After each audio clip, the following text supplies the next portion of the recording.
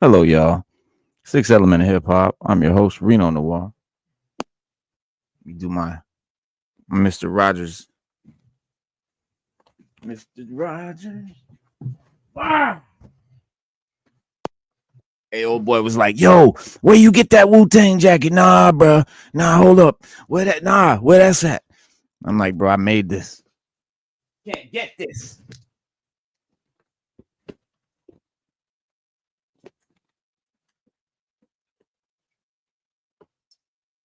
Can't get that. It's one of a kind right there, baby. Stu Dog, what's happening? Corey, I just salute. Peace, Slade. Is your mic funky? No, Say I'm something. good. Yeah, we Oh, did lose DJ Juice. yeah, we did lose DJ Juice. That was, tragic loss. We had Juice on the show about 2 years ago, maybe a little longer, but at least 2 years. He came on, did a phenomenal interview, man. Check it out. It's in the archives. I watched it the other day, and Juice was dropping gems, bro. He was literally, Yeah. I'm glad we did it because before we did the interview with him, I hadn't seen Juice online or any YouTube interviews or anything. Like we were the first ones to do it. And if you can go back and check those out, watch that video again. It's sad. He was about 54. I don't know how he died yet, but I Way do too know he young. was having some health problems. Yeah, way too young. Yeah. I do know he was having some health problems, but that's about the gist. I mean, we'll keep you posted. We'll keep you guys posted. But we lost another hip hop legend, DJ Juice. It's For real. sad, but it's life, and we're gonna miss him. So if you get a chance, listen to his mixtapes. They're up on YouTube. See if you can buy them, pick them up somewhere, eBay or whatever. But they are worth listening to, and he is a pioneer. He's a respected hip hop pioneer. R.I.P. Absolutely. DJ Juice.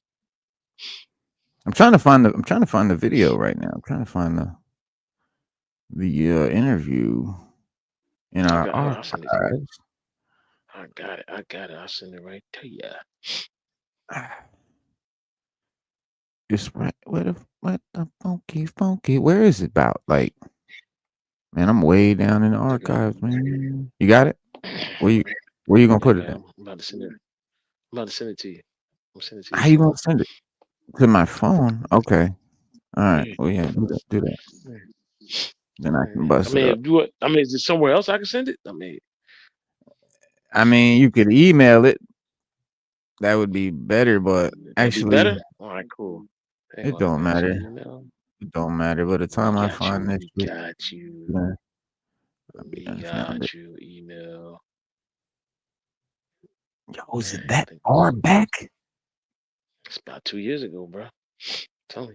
I looked at it. I watched it. I don't know if it was Thursday or Friday. I watched it, but It's before we did the interview with Jay Paris from Belly. It's before the Obi-Wan show. Was it before the John Jang interview? Ah, there it is. DJ Juice. All right. Boom. It's way down there. That shit says 2 years ago, 700 views. Stu, what the fuck happened to Stu? Just noticed Stu was gone. Daredevil salute. ESP 420, you already know it. Let me see here. Stu gonna pop back in a minute, but let me get this DJ Juice joint up here just real quick. Just a little tributation. Just a little bit of a salutation before we get into the proceedings this evening.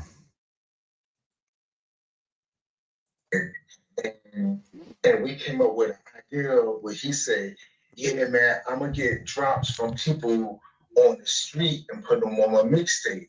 And then I say, yeah, I'm gonna get the drops from music stars and all these different people. So bro, I used to carry this that machine with the microphone in my back pocket. And every time I seen Puffy or Jay-Z or Redman, anybody, I went up to him and said, yo, my name DJ Juice. I do mixtapes and blah, blah, blah. And yo, could you give me a shout out, say DJ Juice? And yeah, man, they did a lot of drops from me. Now I started on things. That's what's up. Perseverance right there. Raw talk. What up? What up? What up? What up? What's happening? Chilling. Perseverance and innovations, man. We just talking about the late great DJ Juice. We showing our interview that we did with him, man, and he just passed away. So hip hop legend, man, another legend. But yeah, he was just telling how he would get drops from famous, MCs, Jay-Z and Nas, whoever, he would come up, he would see him and he would ask him to just say his name on the drop. A drop is just when they say like, yo, this is Jay-Z, yo, shout out to DJ Juice, da da da da. And yeah, so he used to get it like that. That's how he used to get down. Yeah, remember he told us that we asked him what was the like the worst one or one he never got. He was saying Denzel Washington. Remember he said Denzel was like you gonna pay me to do the drop, and he was like well, I gotta pay you like nobody else asked. Like he said Denzel was just he was just on. He probably was on one that day. Denzel. He probably was tripping that day. He probably would have done it any other time. Yeah. And so, too many incidents of that dude flipping and tripping these days. Stories I hear about. He's 70-something years old. I guess that's what happens when you get that age. Yeah, I mean, that man up there. Yeah, hold on, man. Oh, there goes. But like they say, Multiverse Comics Parade was on that show, and DJ Tiger. Yeah. Remember, Juice came late. Remember, he was late to the show. I'm not even on there. Where the fuck am I at? You was on there. You was in the beginning. In the beginning. Yeah, there's me right there. With my Ghostface style Scully on. Had it linked up. Yeah, remember Juice came late. We was waiting on him. And he said he had to pick up his girl or something like that. And then we came on. Then we rocked out with him for like 2 hours, bro. Yeah. And Jimmy Hendrix. Calling me Jello on the phone and leave me here. But yeah, check that out, man. DJ Juice, Trenton, New Jersey's finest, pioneer of the video blend tape. So he was the one that started that trend. But yeah, man, shout out to the late great Juice.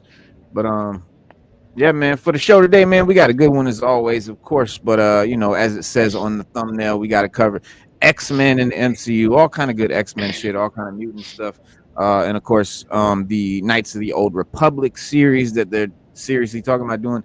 Baylon Skoll from Ahsoka, played by the late great Ray Stevens, is being recast with the Hound from Game of Thrones, and he's a very nuanced character, the Hound, and the Hound had a lot of he started out seeming one way, but he ended up becoming a very deep character that could have had his own series. Him and what's her name, they could have ran around and had a little show, but a little spinoff. But yeah, he's got a similar. We'll get into it. And then Andor 2 getting ready to pop off. We got some new imagery from the Superman movie. Some Creature Commandos. Henry Cavill possibility joining back in the MCU with Momoa. But speaking of Cavill, he's doing the Voltron movie, so we got the details on that, and the Masters of the Universe. Stu, we never really got to chop it up about this new version of the movie that they're making, this ass version that they're making, and why it's gonna be so ass. Did y'all hear, by the way, hear any rumblings about them recasting T'Challa? Did y'all go over that?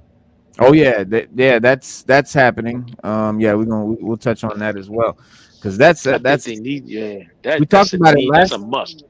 You know me, my boy Aldous Hodge. I hope he get the part this time. I hope he gets it because I was advocating for him when they first started talking about Black Panther before what you call it got the role of Black Panther. I was campaigning for my boy Aldous Hodge. Okay, So yeah, all the thoughts. Yeah, the one who played Hawkman in the Black Adam joint. right. So yeah. So hopefully he get it this time around, and I know he'll do a superb job. Um, That's gonna be a tough one, man. yeah. Oh, Well, they're talking about it's actually so yeah, they're recasting Black Panther, but it's actually going to be they're actually looking for a male person to play a Black Panther, but it's actually going to be T'Challa's son, not the same Chadwick Boseman I, character, but oh, his son. I heard it was different. I heard it was different, not the son. Yeah. That's what they're saying. That's what they're saying 2 days ago. Oh, well, that's not going to be a good thing. No. Well, I mean, we'll get deep into it as well, but yeah, there's a lot to it. But there's a lot of details in that that I can break down. But yeah, If they do the Young Avengers, then yeah, he would play the youngest T'Challa or what have you, right, from like the cartoon. right. I, I don't know why they're so reluctant to not recast um Black Panther. I don't understand. Well, I really just don't. I don't think they can. They seem to think that they can't make no more money from Black Panther. but they You know, recast all these characters. I mean, so many characters they recast. They have no problem recasting characters. They just didn't want to recast that character for whatever yeah, misguided reason. yeah. I just think on their behalf, I think there was like it was so much money having, when it first came out, and then unfortunate passing, Yeah. and now they feel all right without that nostalgia or whatever to it, they can't make any more money off it, so they might as well not recast. Well, earlier was this was well today it was Friday, I believe. So we had earlier reported on our last show that Marvel was possibly planning to introduce a new take on T'Challa or recast T'Challa for the MCU. It was generally assumed that Kevin Feige and co were searching for a new actor to play a variant of the same character that the late Chadwick Boseman portrayed, but this might not be the case actually, according to one of these other insiders. The studio is actually in the process of casting an actor for the role of Black Panther's son, also named T'Challa, who is also going to be, take on the mantle of Black Panther. So, it's like, how, but I guess canonically or story wise, it's going to actually be the son of T'Challa rather than a multiversal version or variant. Is again, guys, this is just what insiders scooping the news are saying, but the studio is said to have met with a few different actors already, and one would be sure to piss people off if he landed the part, they said. So I don't know what that means, but I can imagine it has something to do with something political. But the 2022 sequel concluded with Shuri, the petite sister of T'Challa, and meeting her nephew, the son of T'Challa, had with Nakia, played by Lupita Nyong'o.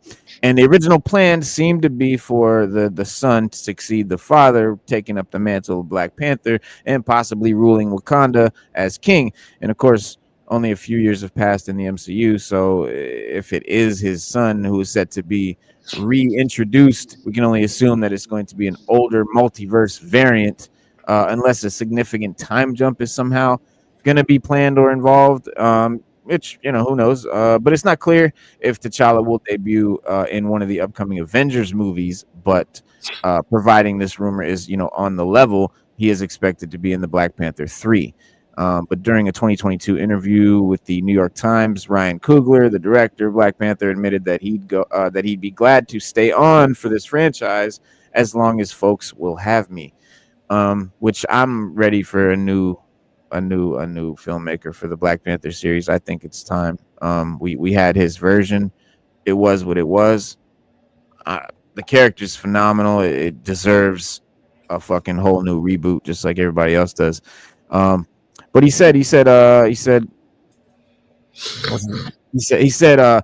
feel blessed that I have the opportunity to work on these movies, bro. But when I got asked to do the first one, I was like a moving train. I thank God every day I was able to jump on it and meet these people, these actors, and to meet Chadwick during some of the last years of his life. I'll do it as long as that folks will have me. But I think it's bigger than just me or Joe. Between the first and second movie, we made $2 billion at the box office, which is what matters the most to corporations. So I hope that it continues, man. I hope people are still making movies about Wakanda long after we're gone. So he's not like acting like it has to be him to make the movies, and so that's pretty cool. But yeah, I mean that's really what I know as far as it being about the son versus it being T'Challa. But yeah, there were definitely rumors that they are recasting T'Challa, but this is all coming within the last 2 days or 3. But yeah, they might have already offered the role to an actor sometime in the fall, and he declined. But who knows? What was you gonna say, Stu? I really just like I just it's a lot around it. Like I'm just not getting it. Like I mean, the information that I'm soaking in, I'm like, all right, cool. But if the second Black Panther movie had they just recast it, and the script that I read was way better than what they did. I mean, what they did was cool, but it would have made more sense to just do that, like to do what they originally wrote, recast, and we just keep it moving. Like it's been done before. I really don't understand what the big deal is. Like why is there so much controversy? Why is it? Me personally, I think, and this is just me going on a long shot here, that Marvel has been pushing Disney's been pushing all of the female characters to the forefront. Like it's like the male characters have no place in the Marvel universe now to be like the main characters or somebody that we speak about. And I think that's just why they wanted to push a female Black Panther, and they got their chance to do it, and they did it. That's a strong take there, Channel 1 Ace 1. But yeah, I feel you, Stu. And here's what the one of the scoopers is saying. So here's the scoop where I'm getting it. This cat here. But let me get this thing shared so y'all can just actually see it too.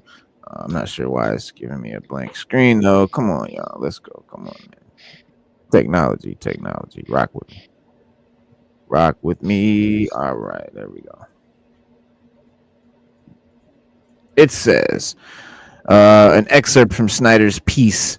It says, with Marvel reshuffling the deck in advance of Avengers Doomsday and Avengers Secret Wars and Robert Downey Jr. coming back not as Iron Man but as Dr. Doom, I'm told that the door is firmly open for T'Challa to be recast via the magic of the multiverse. Related Black Panther rumor claims that T'Challa won't be recast, Marvel looking for an actor to play his son.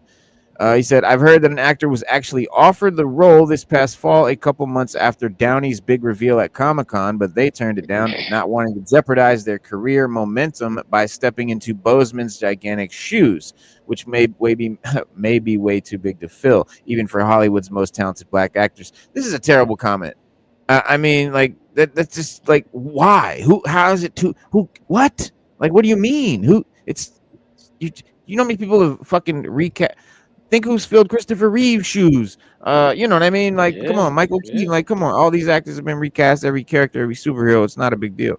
It said now it's unclear whether T'Challa will appear in Avengers Doomsday or Secret Wars, but I think it's fair to assume that Whoever is cast as the character will reprise the role in Black Panther 3, which has been discussed by everyone from Ryan Coogler to Denzel Washington. And this was what, 2 days ago, I think. On the 8th. Why would you cast Denzel as Black Panther? I don't get that either. I think it's. I think they're talking about directors. Ryan Coogler to Denzel Washington, because Ryan Coogler is the one that directed the movie. He's not an actor; he's a director. Yeah. So yeah, they're talking. I think they're talking about. I don't know. Who knows? But yeah, it does sound. It doesn't make any sense. I would. Oh, you know, it doesn't make any sense. It would be like an old version. No, I wouldn't have it. But you know, there's what T'Challa's dad or whatever, the old guy. I mean, Denzel, come on, bro. Dude's so old. It would be like some deep faking and all types of de-aging bullshit they'd have to do. To make him T'Chaka, you would even just I'm just not getting it. Maybe it's just me. I mean, we should have been recasted Black Panther and kept it moving. Like, it was just a simple thing. And like you said, like, we casted other big name actors before to play roles, and like, I mean, Christopher Reeve couldn't be the only person to play Superman. Michael Keaton couldn't be the only person to play Batman. And he walked off the set. Like, he just literally walked off the set, and they recasted him like on the fly when he did, what was it, Batman Forever? He walked off the set. Like, the negotiations broke down, and he just said, skipping him out. And he left. And we got Val Kilmer, like, literally right away. I don't understand. The reason why they were hesitant in recasting for T'Challa is because they couldn't capitalize off of Chadwick's death, which they did. They wanted to still. Yeah, they wanted to bank off that for a while. Or they said, we're going to give a tribute to him, but still, people would not go to the movie if they, you know what I'm saying? If he somehow wasn't. Well, they wanted to milk that fucking. They wanted to milk that shit. The fact that he died and blah blah blah. You know, they wanted to martyrize him. They wanted to Tupacize him. That's all it is. Yeah, and you're right. That's exactly what it is, bro. They had to milk that shit while they could, and that's why they didn't jump to recast him, Stu. There you go. Simple fucking answer to a dumbass issue, because it don't make no damn sense. And otherwise, like, that's the only thing it could be. You know, it's the only thing it could fucking be. But speaking of recastings, guys, we're gonna get into our topic now. Our recasting topic of the day is we have Ahsoka, right, which came out on Disney Plus back in August 22nd, 2023, is a continuation of the Star Wars saga, sort of weaving together those threads from the Clone Wars, Rebels, and all of that post-trilogy era stuff.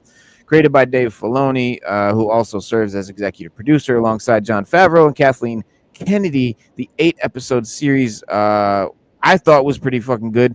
It was very divisive. Some people hated it. Some people thought it was shitty. Some people loved it. Some people thought it was. For me, I'm in the middle with it. I didn't love it. I didn't hate it. But there was some really cool stuff. And some of the coolest stuff, and I think the coolest thing, was this character, Baylon Skoll, played by the late, great Ray Stevens.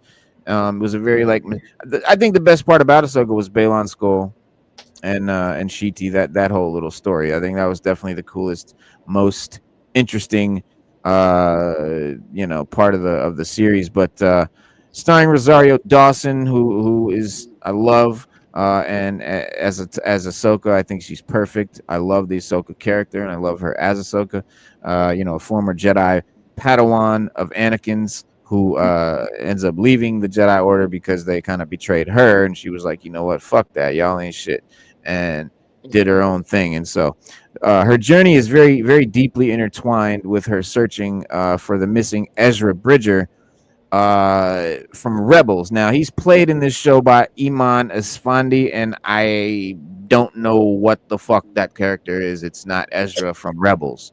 I'm not sure what they were doing there. I don't know what they're playing at, or what that is. If it's just someone just fucked up and made, or if they got something stirring. But I'm telling you, definitely does not give any Ezra vibes. But moving on, joining Ahsoka are Natasha Liu Bordizzo as Mandarin artist and warrior Sabine Wren.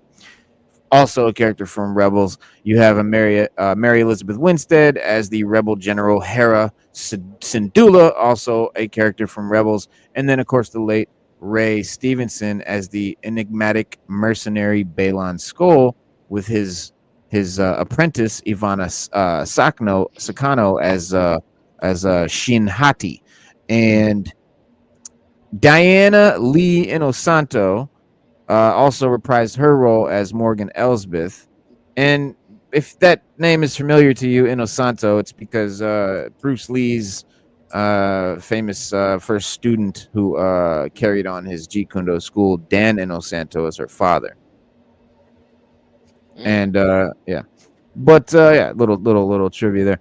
But the finale of Ahsoka, which aired prior to the confrontation of sophomore season, saw Ahsoka and Sabine, as well as Shin Hati and Baylon Skoll, left the planet Peridia, while Ezra returned to the galaxy to reunite with Hera.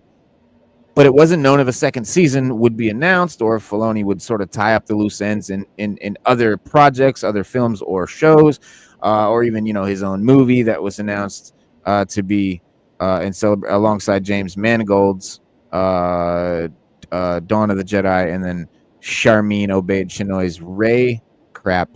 But yeah, a second season was definitely revealed. It is happening, surprisingly, alongside with the news that Mando and Grogu is a movie that's been greenlit and is happening. So Ahsoka season 2 declared in development with Mando and Grogu, coming out in May 2026.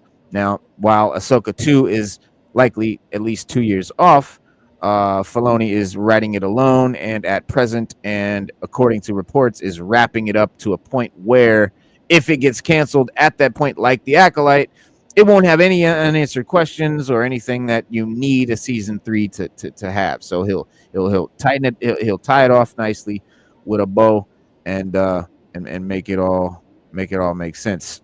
Spade, what up? Welcome. What up? But Hey, yeah, what up? according to Daniel Richtman, the plan now is to make sure that the series has a satisfying ending in case it does get canceled and doesn't return for a third season, which they will do if it does well enough. It was reported, in late 2024. So we hadn't really expected Filoni to tell his story beyond a couple of seasons anyway, but Disney Plus could always push for more episodes if Ahsoka is a big enough hit. All this to say, one of the unfortunate parts of the Ahsoka history is the passing of Ray Stevenson, the guy that plays the mercenary Baylon Skoll, and he was already an actor that I liked. I think he did the best version of Punisher in the live action movie. He was a cool dude, had a lot of cool roles, but he died, leaving question marks around the future of this character. And I really felt like it was the coolest part about the Ahsoka show. I thought he was the coolest, most interesting. It was the thing that I wanted to know the most about. It was the thing I had most questions about. The thing I was most interested in was him and his apprentice, not Sith, right? They're not Sith. He's got an orange lightsaber. First time we've ever seen that in live action. And he's not a Sith, but he's definitely not a Jedi. Where does he lie? And it's kind of interesting. And but he's a mercenary with force powers and a saber and an apprentice. It's all very intriguing. But he died just a few days before his 59th birthday, also way too fucking young, and months before the debut of Ahsoka season 1. So he never actually got to see it come out, but it was dedicated to his memory and everything. Yeah, but he is known for a lot of roles. Like I said, the TV series Rome, a lot of people don't remember. It was only like a season or two. Which it was really good though. Yeah, it was dope. I liked it. I was mad that they canceled that shit.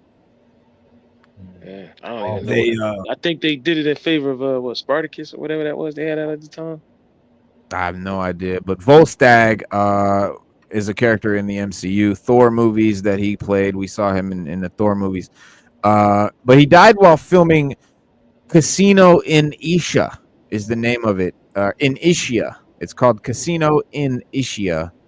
some weird foreign, I don't know what, 2024, and was reportedly he was hospitalized for heart problems multiple times while he was there. He kept going, and so yeah. So Dominic Purcell took over his role in Frank Chioda's Casina Asicha, and it wasn't really known if and with who Lucas, if we were gonna see Baylon Skoll again, right? Like, is he gonna get recast? Are they going to explain that story? Like, because like I said, a lot of unanswered shit. Really, nothing but unanswered questions with Baylon Skoll. We don't know shit.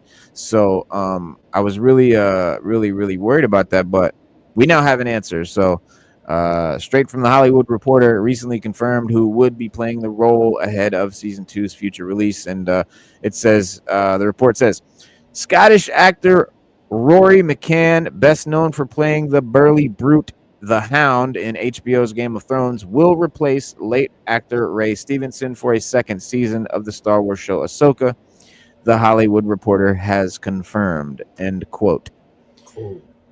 Yeah, it's a done deal. But I think he's a good casting. I don't know if you guys really saw Game of Thrones, who was into it or what, but yeah, he I think it'll work. I'm all for recasting. If we got to recast, just recast. I'm all for it. That's it. Because it's a lot of politics around it now. I don't even know where they came from. Like back in the day, they would just recast. Yeah. Now you like, damn, well, we gotta have a whole discussion about it and confess our feelings and all that. Just recast and keep it moving.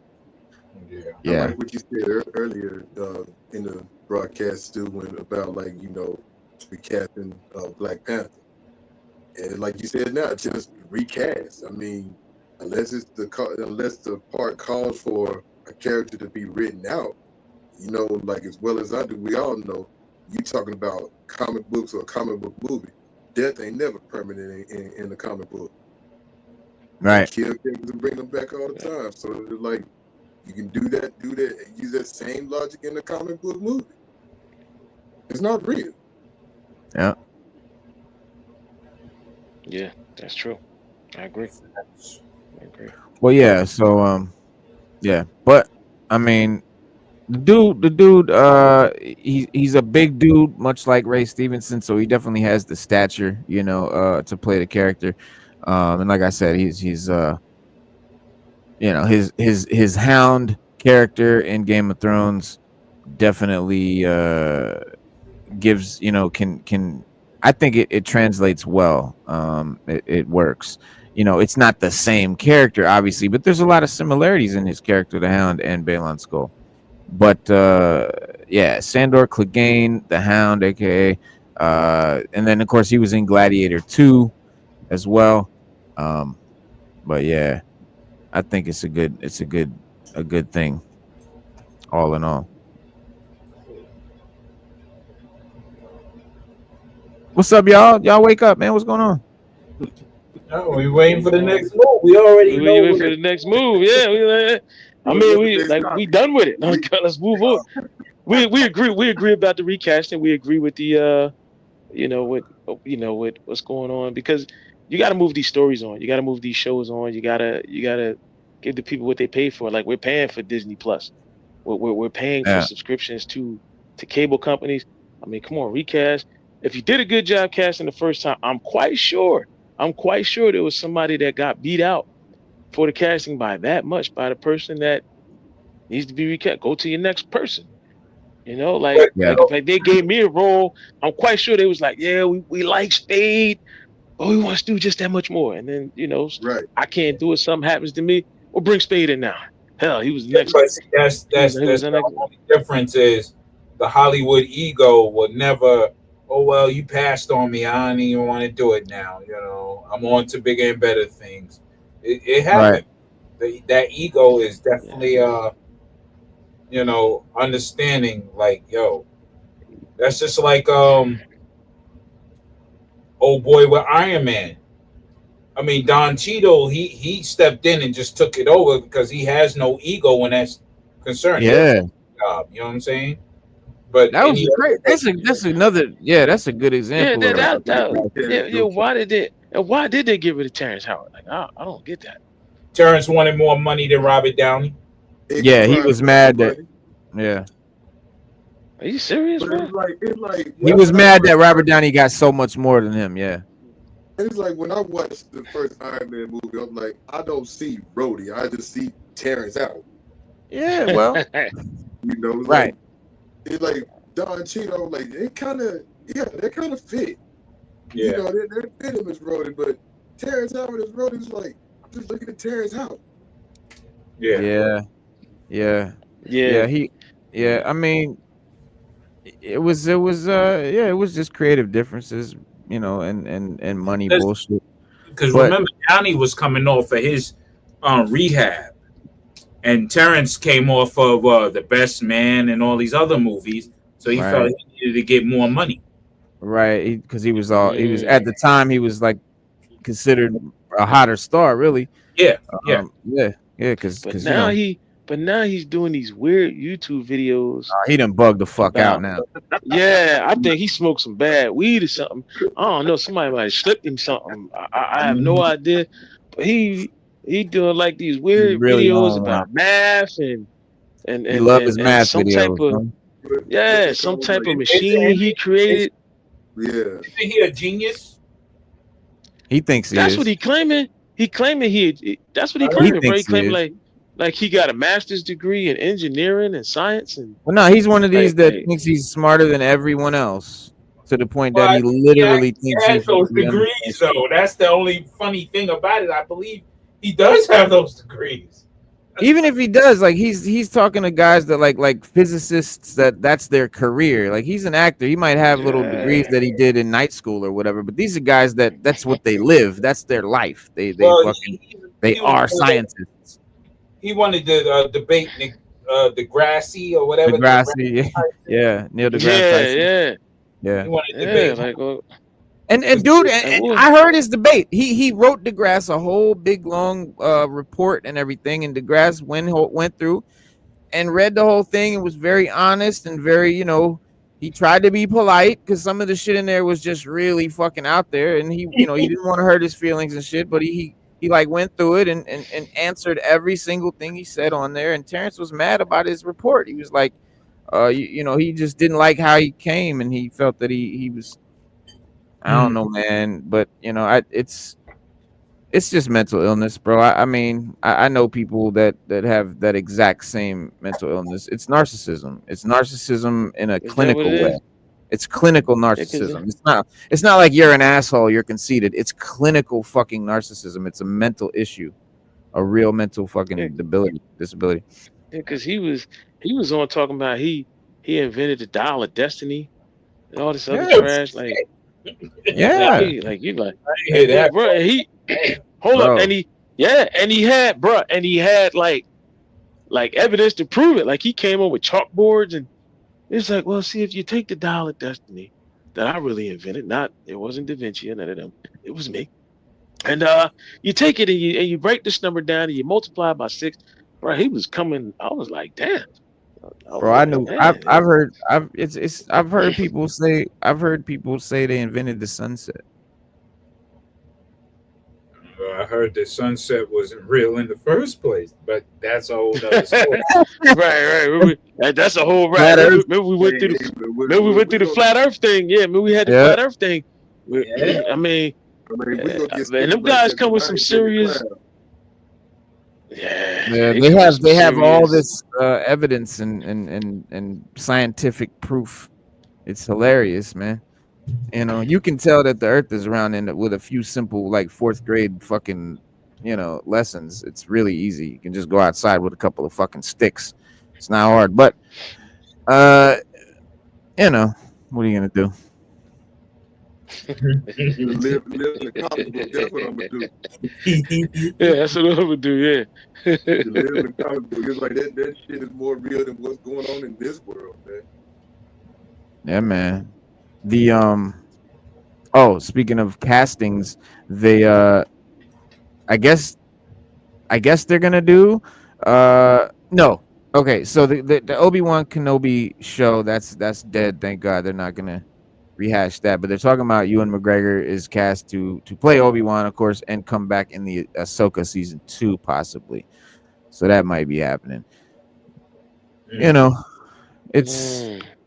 it's better than doing a whole Obi-Wan show. I think I'm not mad at that. Because Ewan McGregor's great. Like his Obi-Wan is phenomenal. Like no problems there. The show just had a lot of other issues. He was never the problem. So Yeah. Nah, he never a wasn't. big deal there. It, No, it not was it at was all. too many. It should have been more about Obi-Wan and Vader. They put Revan in there. They put young Mm, Princess Leia in there. That takes away from yeah. the main draw of the characters. Like it Not just Revan, didn't. Reva. Reva, yeah, Reva. They put her in there. She I wish they'd just have put Revan in there there. was Shit. We're gonna talk about Revan in a minute. there was no need. Yeah, there was no need for her to be in there. Well, she wasn't that It bad. didn't make any sense. Yeah, No. I Her don't know. acting was. It's not about her acting. It's not about anything. It's just the character took away The from the character overall didn't make sense. Yeah, Obi-Wan versus Darth Vader. That's just it. Like that fight they had in the cave. yeah, He should have fought Obi-Wan in the cave, and then Obi-Wan find some way to escape and get away from him. That would have been doper. That would have been something like, all yeah. right, cool. I don't even remember. Leading Did up to she? their final battle.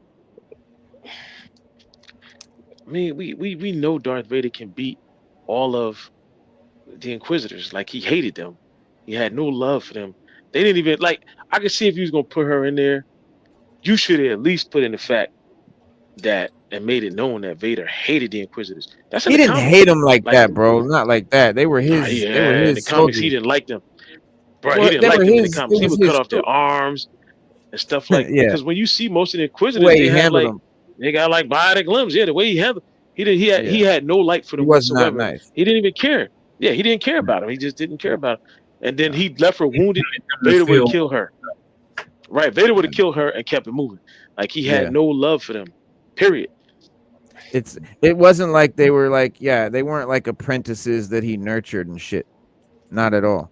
They were Yeah. just fucking Yeah, disposable soldiers that he basically, he was very cruel. used. Yeah, he was very cruel to them. He was very cruel and very disheartening to them, and he showed them no love. Yeah, Yeah, all he had was contempt for them. But he had to yeah, work with them because of the Emperor. And he was only doing it on the strength of the Emperor. But Mm-hmm. for the most part, he did not have no love for the Inquisitors at all. yep, yep. Well, everything that we got coming for in 2025 for Star Wars, we have the last two episodes of Skeleton Crew were in 2025, so we can count that. Andor season 2 though, that's coming this year.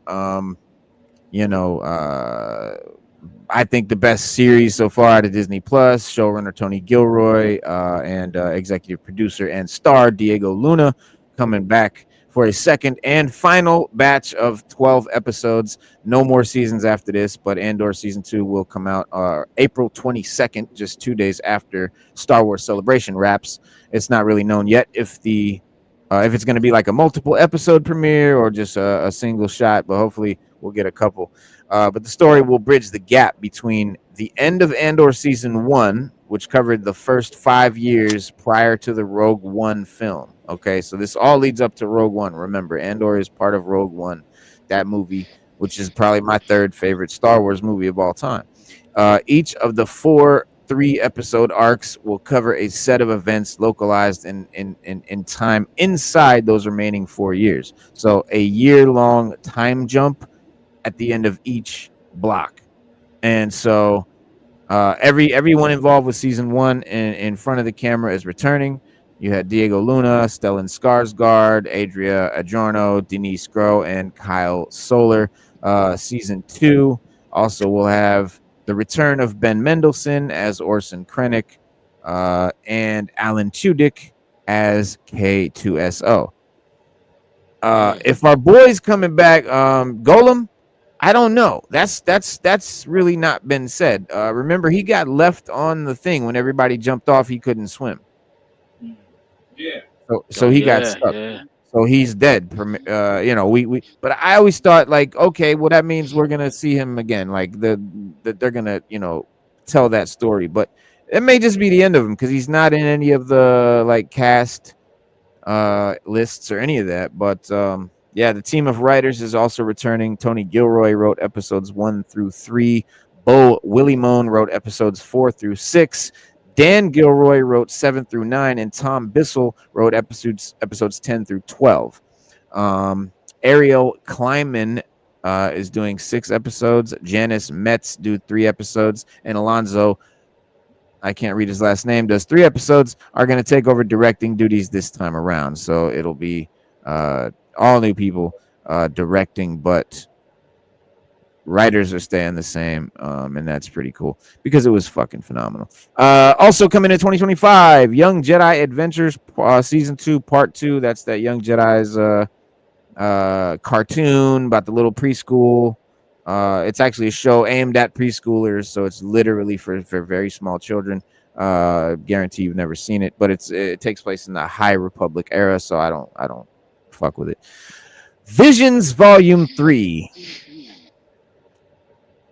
Visions Volume 1 was phenomenal, but I think Visions 2 was all like Visions 2 was She Wars. Yeah, Visions 2 was just straight up She Wars, and it wasn't good though. I don't care that it was women. It wasn't good though. Like 1 was so good, 2 was not good. I really hope 3 goes back to what we loved about 1. It was confirmed in November that Star Wars Visions would come back season 3 2025. We still don't know when exactly, but Lucasfilm did add that just like in season 1, this is going to be an all Japanese slate of studios working on the series. So you can bet that the She Wars was some American studios. The Japanese studios are the one that did season 1. It was fucking amazing. So they're coming back. But it hasn't been specified really, but it is possible that they will tie into Star Wars Celebration Japan in April, given the relation between the series and the country that will host the convention. But they did the same thing with that other show, Tales of the Jedi, right? Tales of the that was so good. The first one, you had young, what was it?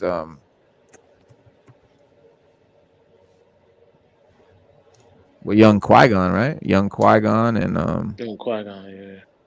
And Dooku, yeah. Count Dooku. Yeah. So then the next one came and it was She Wars again. I don't know. That was weird that they did that with both animated shows. I was very disappointed because Visions and Tales of the Jedi were easily my favorite animated shows, man. Star Wars. But anyway, Star Wars Celebration Japan, that's happening. Books coming out in 2025. Star Wars books, I think, are the best part of Star Wars. The novels, the legend stuff, the Old Republic stuff, the old Sith books, all that stuff. That's my favorite part. But lately we're getting High Republic novels, which are just Disney nonsense. So, but yeah, 2025, we're getting the High Republic books. We're getting the Acolyte book, Acolyte, the Way Seeker. Set 20 years. Yeah, set. If you like the Acolyte, here you go. The Way Seeker has been branded as an Acolyte tie-in novel. It's set 20 years before the events of the Leslie Headland series, and will feature Venestra and Master Indara. The writer confirmed on social media that recently that this novel, along with A Valiant Vow, both releasing on the same day, will be her final contributions to Star Wars. The novel will set in the High Republic era, of course, and featuring a character that is part of the major part of the novels from that time period. So it's technically not part of the initiative. I don't know. The Crystal Crown, another High Republic novel, The Crystal Crown, whatever. The Mask of Fear is coming out. That is going to be the first in a new trilogy of novels dubbed Reign of the Empire. That's going to bridge the gap between Revenge of the Sith and A New Hope. And Alexander Freed is writing the first installment, coming on February 25th. I will be buying this. I will be reading this, while Rebecca Roanhorse and Fran Wild are taking over the follow-up. So, but scheduled for 2026 and 2027 respectively. So we'll have 2025, 2026, 2027, a 3 trilogy book will focus on Bail Organa, Saw Gerrera, Mon Mothma, and a cast of original Rebel characters and shit like that. Oh, so Ahsoka fits into that also, right? Does it? I don't know.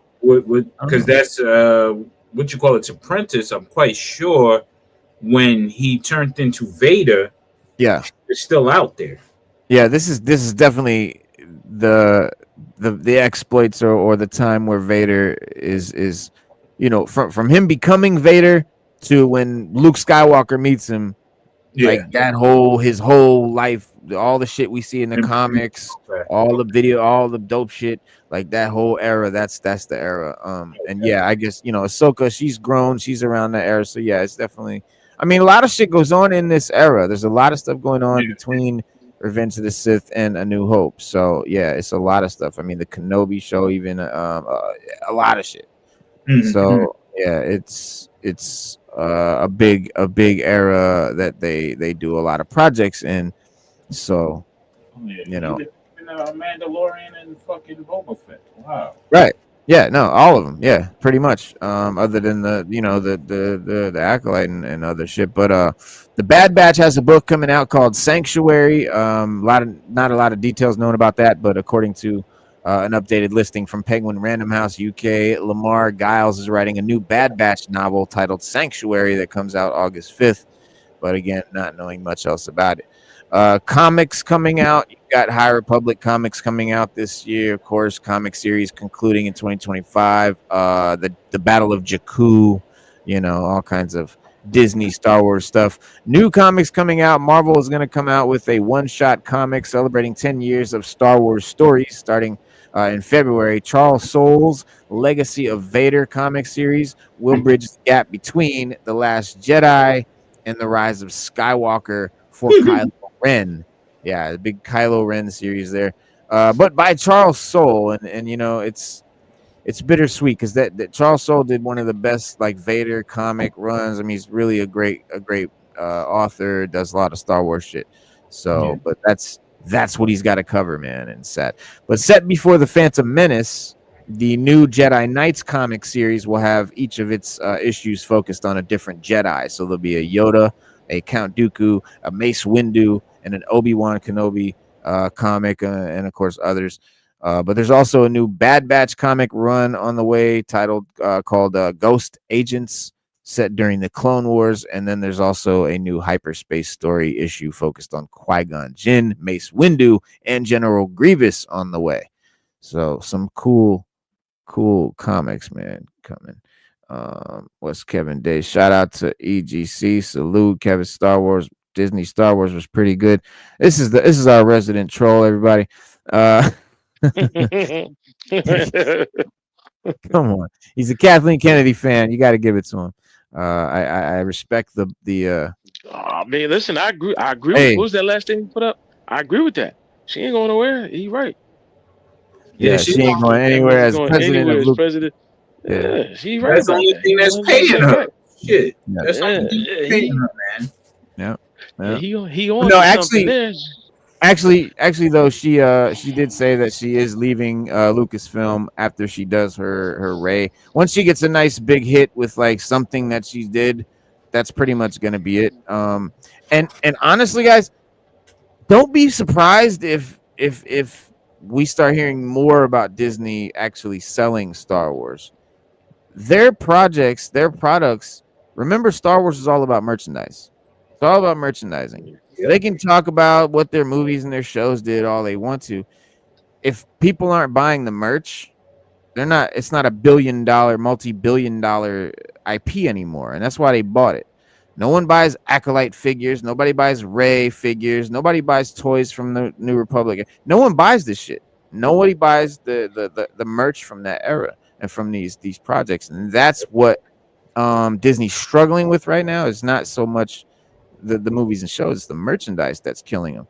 Merchandising them, every time they put out a bullshit movie or show, they follow it up with a bunch of toys and clothes and lunch boxes, whatever, everything, but no one buys it. No one's buying that shit. So But hopefully Disney does start smartening up, like There's they a made. lot that plays a role in that too, because I mean, not for nothing. Even with the new batch of the last three movies, I mean, Finn was supposed to be the guy, and since they tested overseas in China and in Europe, people wasn't going with Finn as the guy. They were like, Yeah. "Who's this?" So then they shifted to Ray being the feature. See what I'm saying? Because they did the testing first over there, because Yeah. they know how it's going to be received over here.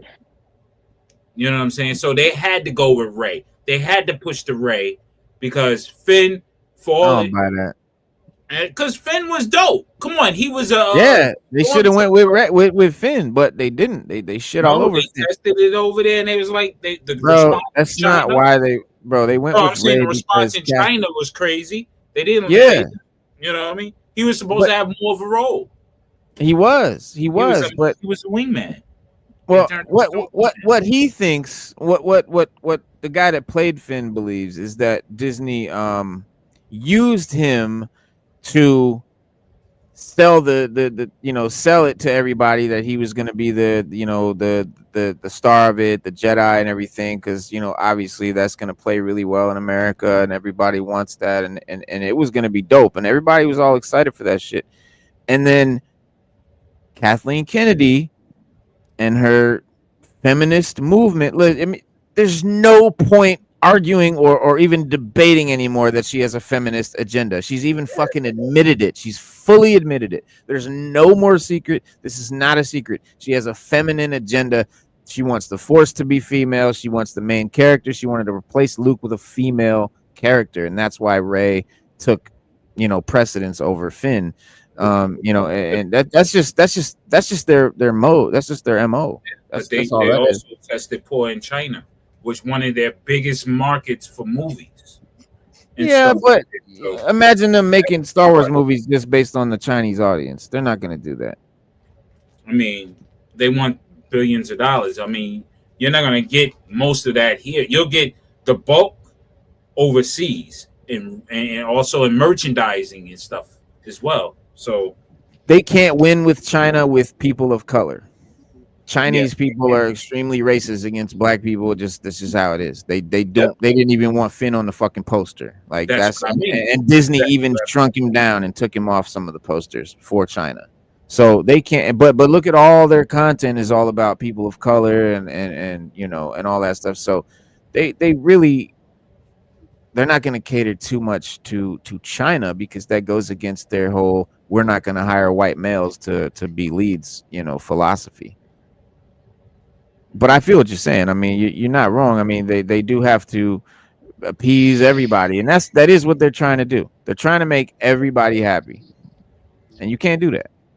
Nope.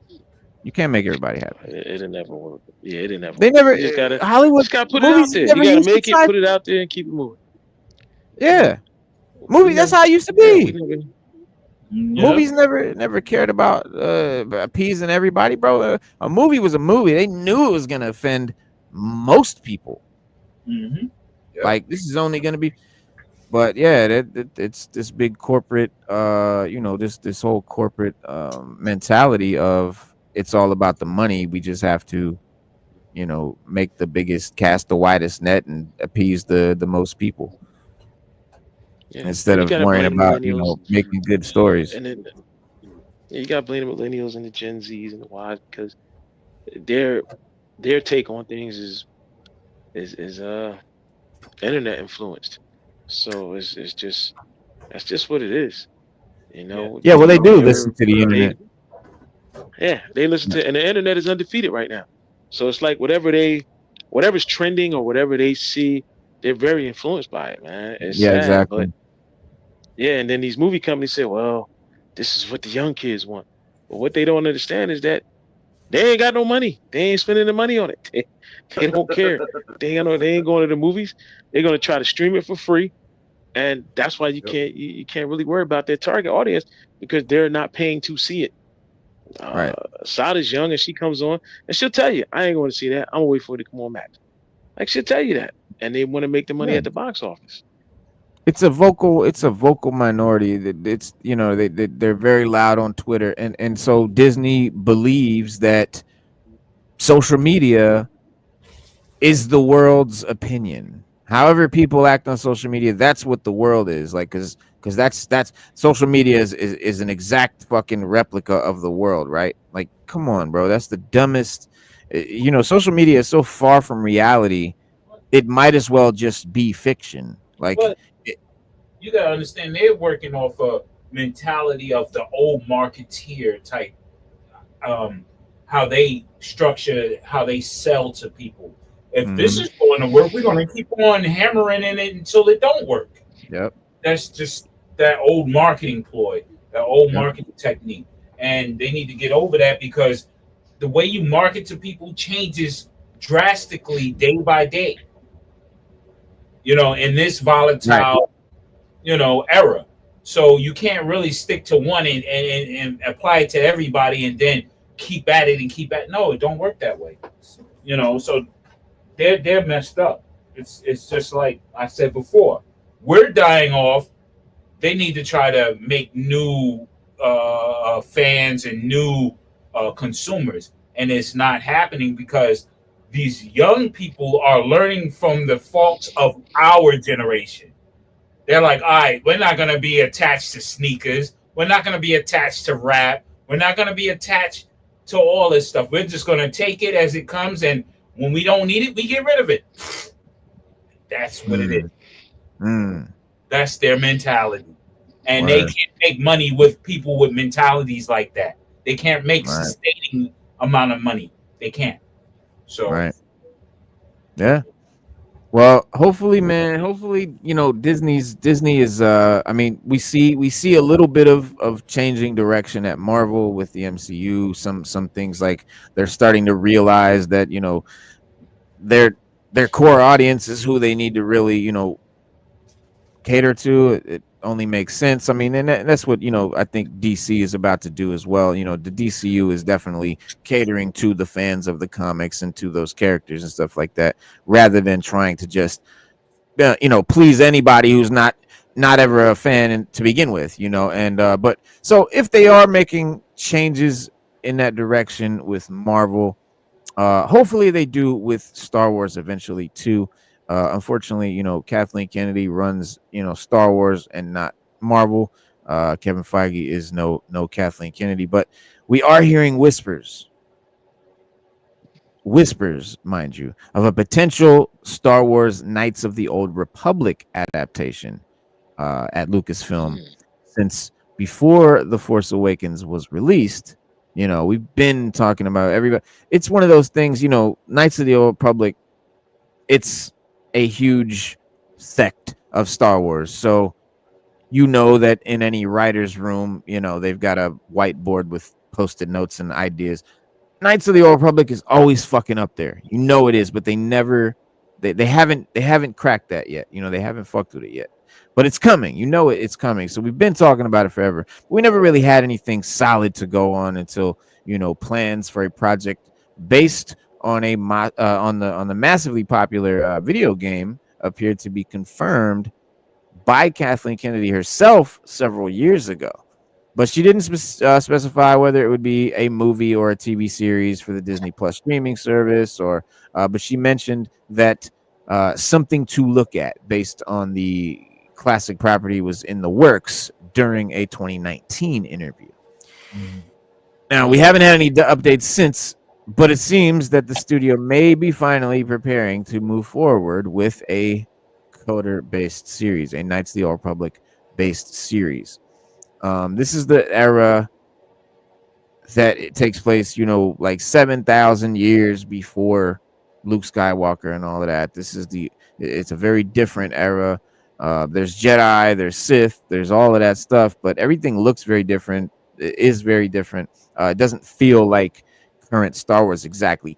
Great example, great way to go see it is there's a MMO video game, Knights of the Old Republic. If you haven't played or seen the old Xbox or old PC games, Knights of the Old Republic and Knights of the Old Republic 2, there's actually currently right now a MMO that's live all the time. People play it. million people on there. It's very popular. You can build your own character. It's a role playing game. It's MMO, so there's interactions with other players and the whole thing. But yeah, you'll see it looks very different, but it's a very cool era. They have a lot of great books. Knights of the Old Republic period, just Old Republic Star Wars. It's a dope era. And Lucasfilm is developing a show set during the Knights of the Old Republic era. Now, that doesn't necessarily mean that the series will be a direct adaptation of the video game itself, which I think is very unlikely. But I'd be surprised if at least some of the main characters didn't appear or something recognizable from one or more of the video games. But the events of Knights of the Old Republic and the expanded universe, Legends, according to Kennedy, not considered part of the current canon. But, dude, how many times have we seen Lucasfilm cherry pick characters and events from extended universe, from Legends, from Old Republic? Too many. Even in the fucking Acolyte base with I've heard people say Starkiller Base was something they pulled from one of the books. Oh yeah. Yep. The whole idea of Starkiller Base and everything with it. Yeah. There's a ton of shit that they took from Knights of the Old Republic. Not just Knights of the Old Republic, but not just Old Republic. Legends, right? Remember Stu, first thing Kennedy said was Legends isn't canon anymore. They've canonized a ton of it. They've canonized a ton of it so far. So no reason to believe they won't. But there's a tweet. It says Lucasfilm, #Lucasfilm President Kathleen Kennedy talks to us about the future of Star Wars, including a Knights of the Old Republic movie and female filmmakers taking the helm, as well as Palpatine's surprise return in the trailer for Star Wars Episode 9. Sorry. But yeah, that was 2019. That's 2019 when they were talking about female filmmakers taking the helm and feminizing it and down with the patriarchy and all of that. That's been their mission. It's an odd thing. It always rubbed me the wrong. I always felt it was very weird that they took something that was very neutral, very, very equally had strong female characters all the time. Ever since the beginning. I mean, it always did. So this wasn't like a toxic male IP. It wasn't a toxic male anything. There was nothing toxic or male inherently about Star Wars. So this big push to feminize it and down with what patriarchy? What are you talking about? The same thing with Marvel. Come on, Marvel, give me a break. These things don't need to be wokened. They're already the definition of real wokeness. They're really diverse. They're true. They're not doing it for fucking views and likes. But sorry, go ahead. Leia was the strongest one in Star Wars New Hope. When she pushed old boy aside and took the gun and started blasting, son. Exactly. Come on, right from the start. Off the gate, she was raw with it. She didn't care. She told Vader to his face, like, "Yo, get the fuck up out of here." You know what I mean? For some realness. Like, I mean, bruh, and then fucking, I mean, even to the recent Ahsoka, when Clone Wars was out, wasn't nobody thinking about all this, feminine Star Wars shit. Wasn't nobody thinking about woke shit. None of that back when Clone Wars came out. None of that was a thing yet. And not one Star Wars fan I ever heard of was ever like, "Oh, what is this female character doing in my Star Wars?" Like, that wasn't people just fucking dug Ahsoka. There's a lot of female characters in Clone Wars, man. It's just something that didn't need to happen, man. But yeah, man, Knights of the Old Republic, man, Old Republic period, man, is phenomenal, man. It takes place about 4,000 years before the formation of the Galactic Empire. It started out as a LucasArts video game in 2003. It was called Knights of the Old Republic. There's since been a plethora of spin-off novels, comic books, video games, all kinds of shit. And again, it's my favorite era of Star Wars. I think it really grasps the best, the coolest shit about Star Wars, and removes all the fluff, and just is just the cool shit, right? Mhm. It's all the cool spy shit and all the coolest mercenary shit, the coolest gangster shit, the coolest empirical shit, the coolest Jedi shit, the coolest Force shit, the coolest Mandalorian shit. They take all the coolest parts of all of it, man, and just make it dope. But yeah, a live action take is something that a lot of fans have been dying for a lot of years. And it looks like they might finally get their wish. But you know, I don't know. What do you guys think about this rumor? Any interest in a Old Republic Disney Plus series? Um, honestly, I mean, Do you know about it? Have you played the game or seen the game? Or do I, you know I, about it? I owned the game at one point, but I lost interest because of other outside factors. But Yeah. I mean, I wouldn't mind another series of Star Wars, something different. I mean, I'm open for something different other than Luke, Leia, and that the Skywalker saga. I mean, That's what I'm Disney going. wants to do. Yeah, I mean, as long as they do it right, they tell a story right, then we're good. I mean, look at Andor. Andor is dope as fuck, Yeah. and it Yes, has it is. no lightsabers in it, None. none. Nothing about the Force or Sith Yeah, or it's Jedi all about at all. intrigue and inner workings, things that Yeah. stimulate your mind to see how the outer part of the saga was. You see the Yeah. inner workings. You're like, Right. yo, this is why this is this way. This is why it explains a lot. And if they Yeah. go in that route, then they'll have winners. If they go with the feminine part or whatever, then they're gonna lose. Or any Well, political shit. I mean, yeah. even though Star Wars is political, let's get that straight. It is political.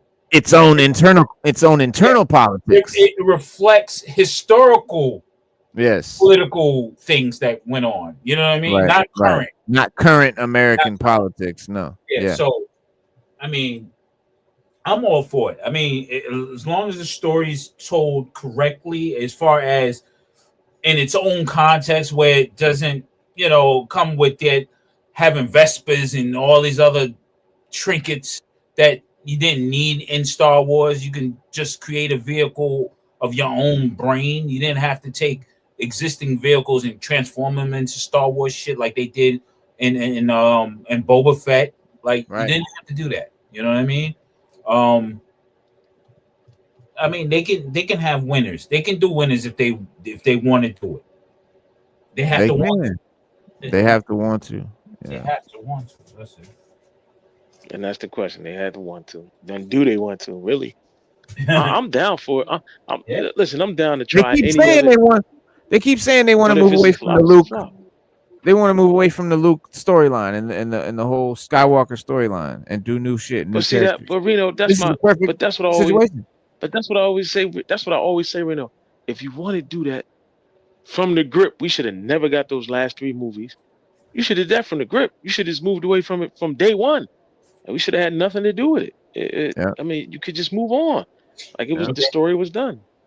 And really, George Lucas's plans for the next trilogy wasn't really going to be anything about Luke or none of that. Like he was going to be there, and there was going to be Luke shit going on, but there was going to be a new Rey-like character. I mean, he had a female character that was going to be sort of like a Rey, but would have been properly trained and learned everything, and it wouldn't have seemed like she was just a Mary Sue, and it would have made sense and everything. And he was even going to have, like, they did steal a lot of his ideas, but just totally just fucked them. Like he was gonna have Luke really like become a hermit and go off on the thing and be like, yo, the Jedi needs to end, and he was gonna like denounce the. But we were gonna see that maybe in like the third movie after we saw him have the Jedi Temple and be Legends Luke, be post fucking Return of the Jedi Luke, ultimate power and all of that he the height of his abilities and all that. We were gonna see all that,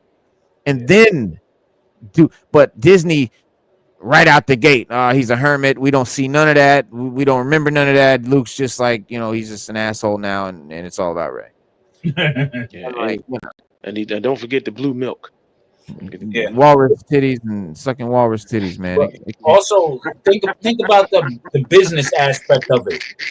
And I always look at that. We love the fantasy, but then we got to deal with the reality of the business that they're in. They acquired Star Wars. They paid a lot of money for it, so they wanted to capitalize immediately off that. So that's why they dropped those last 3, because they wanted to make some type of money out of it. They got some of it. They didn't get all of it, but then they had to drop with the Grogu and all that, the Disney Plus shows. I mean, they made a killing with Grogu. That's why they, Oh yeah. So now That's it's like like R2D2 now. Yeah. So I mean, they really had to do what they had to do, because how many billions did they spend to acquire Star Wars? Yeah, $1 billion. 3 point, billion. A lot of money. Yeah. So they had to recoup that. So they had to draw on the Luke Skywalker saga. They had to. They had no choice. They had to, and they should have done better.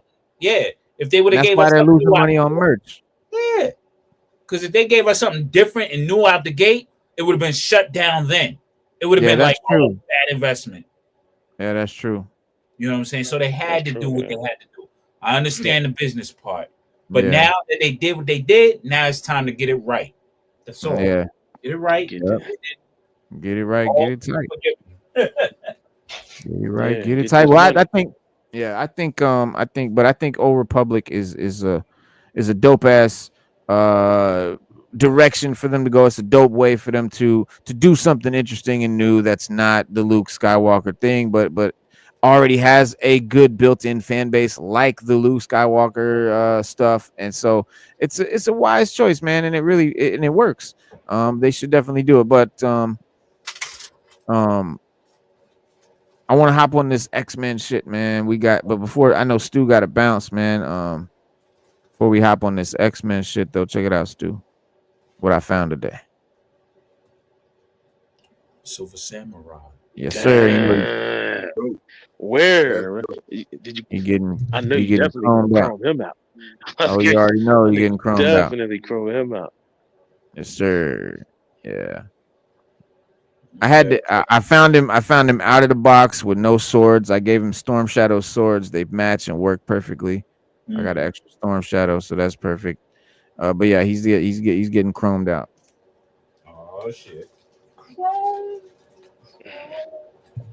Yo, he do look dope with Storm Shadow swords.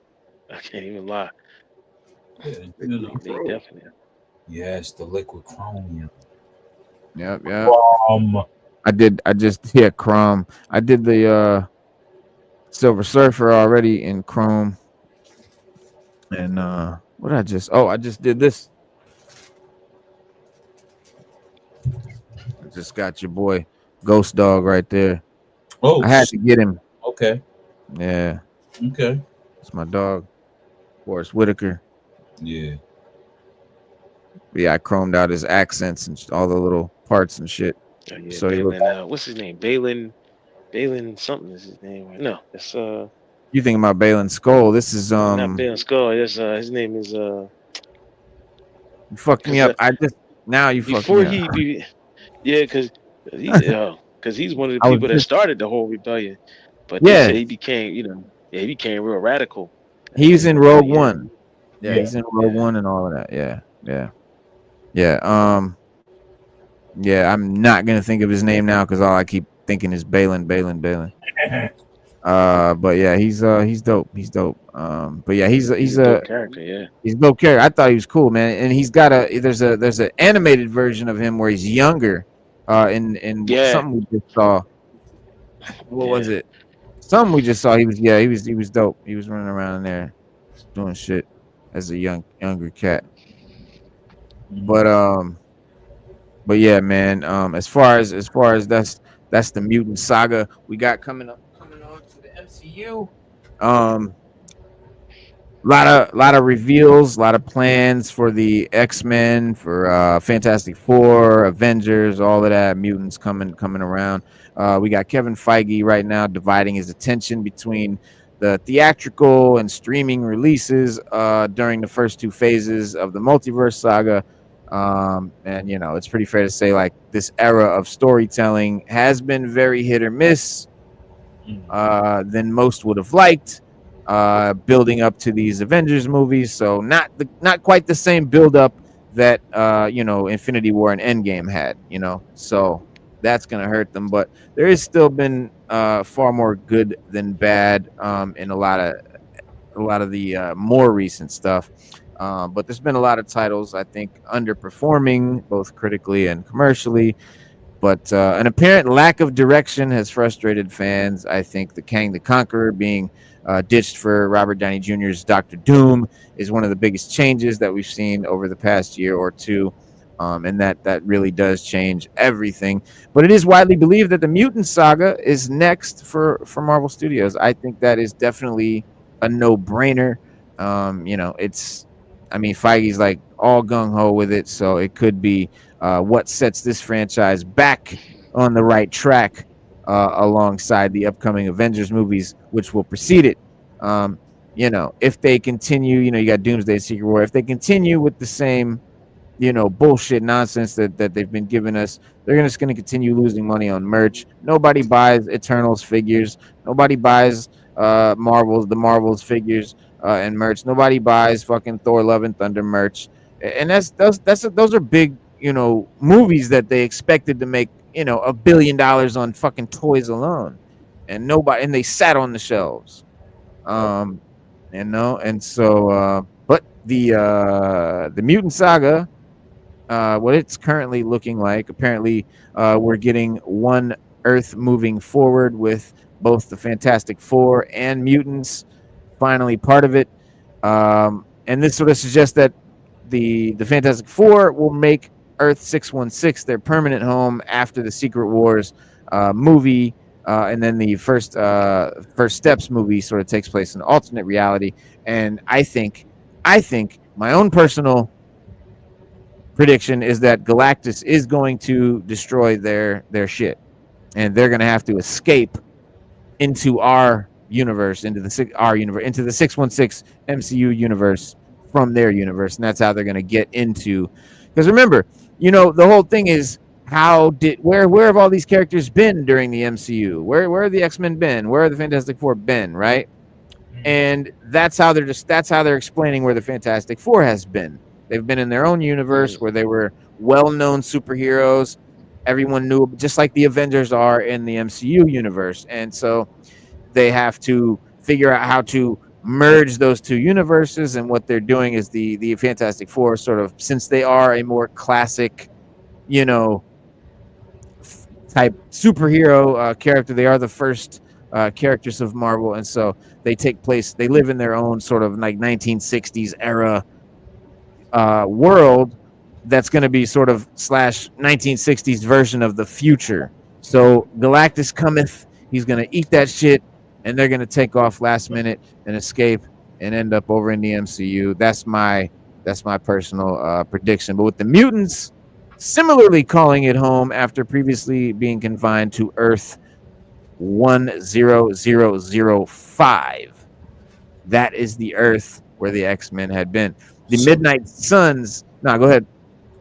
Oh, not to cut you off, but wouldn't it be that Spider-Man movie that brought Tobey Maguire and them back in had the effect across the planet, and that was the real starting point for all this at the end of the day, because that would make more sense. Well, that is one of the things. Yeah, that's one of the things that's bringing the Spider-Man universe into the MCU and shit, and bringing all this shit together. Yeah. And the whole multiverse thing, Doctor Strange multiverse of madness, all that shit that goes on. Like, that's how they're gonna explain where the mutants have been, you know, the X-Men and all of that, where the Fantastic Four have been, There's a Midnight Suns movie reportedly happening with Mephisto and Lilith as the main villains, while Nova will indeed have do the Annihilus War, the Annihilation. So with Nova. As for the X-Men movies, Mr. Sinister is supposedly the big bad of those, something that we've long suspected after Fox's efforts focused mostly on Magneto as the big bad. And man, that's gonna be sick. Mr. Sinister, bro. Yeah, that'd be real sick. If they do it right, He's a tyrant. He's a bro. real tyrant. He's a motherfucker. He's definitely one of my favorites. He's a villain. He's like he's a villain that takes unnecessary risks, but compiles them. He's crazy. He's a loon. Yeah, he's a geneticist. He's a genetic scientist, and he does experiments and tortures fucking mutants. Yeah. He damn sure got the right name, man, because that mug is just like straight evil, sinister. So, Bruh. Yes, sir. Hell yeah.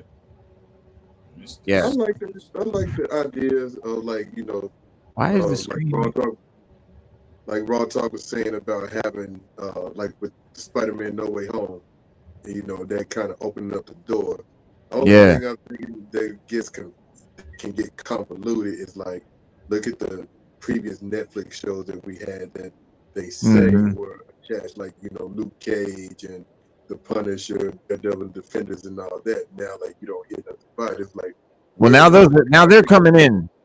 Yeah, they're coming. They're joining us. Yeah, they're going to be in the Avengers movie too. All that stuff up because I'm like, now, I mean, I can understand, maybe one or two things coming from a multiverse, but I'm like, Fantastic Four and the X-Men, like, where were they? Like, doing their own thing. Yeah, doing their own thing in their own universe. Just like the Avengers are doing their thing in this universe. The multiverse, a lot of people complain about the multiverse stuff and whatever, but honestly, with a universe as big as Marvel Comics, it's necessary to the amount of fucking like one person would pretty much, like one team of writers would have to write everything to make it all fucking work, and they'd have to have it all pre-done before they were able to do these movies, and like Marvel doesn't do it that way. Well, the MCU doesn't. Like they'll start making movies before the script is done, and silly shit like that. But yeah, man. But it's widely been theorized that this upcoming Doomsday and Secret Wars might pit the Earth 616 Avengers or heroes and characters against the Earth 10,005 X-Men. And so that still may happen, but it seems like Marvel Studios is looking to save that concept for this future project, this next phase, which arguably makes more sense once the new MCU team of mutants is properly established. We don't know who the X-Men are going to be, which characters. We do know they're casting Jean Grey with Sadie Sink from Stranger Things. We do know that they're casting Storm with the woman that played Wicked, the witch in Wicked, which I'm not a fan of at all. But is that official? Because I'm like, last thing I heard, like she was want to. Yeah, it's not. Yeah, no, nothing's official yet. Okay. Nothing's like official. Because I'm kind of like you on that one. I'm like, man, I don't know about that. That one is Storm. Yeah, I don't know. She's too old. If Jean Grey is Sadie Sink, Storm and Jean Grey are the same age. They're both in the comics in their mid-30s. But if you're gonna, whatever era you're gonna have them in, they still are gonna be the same age. You can't have Storm being in her 30s and Jean Grey in her 20s, or teens or whatever. So it's depends on what you're doing. But I don't know, man. It's Marvel. It's the MCU. They've never been very, they've never cared much about being comic accurate.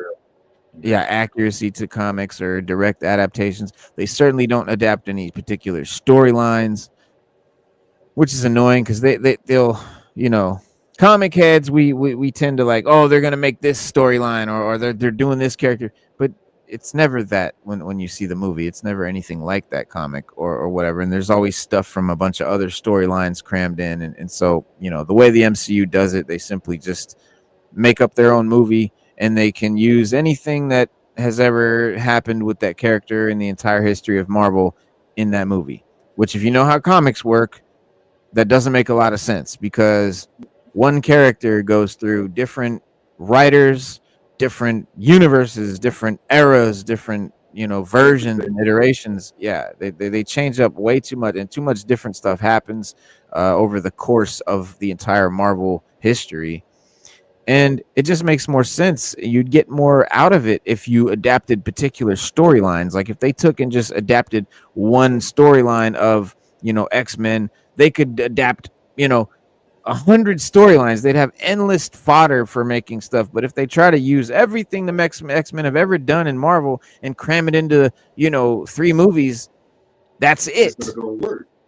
Well, that's it. They're stuck. Now they're done. There's nothing else to do. They shot their wad. There's nothing else. There's nothing else. Like, and I'm sure in Raw Talk, They I'm use sure you can attest to this too. Like when Infinity War came out, I had a graphic novel, and I read it. You know, like a lot of people were asking, you know, they saw the movie, but is this the way it happened in the book? I'm like, it's completely different.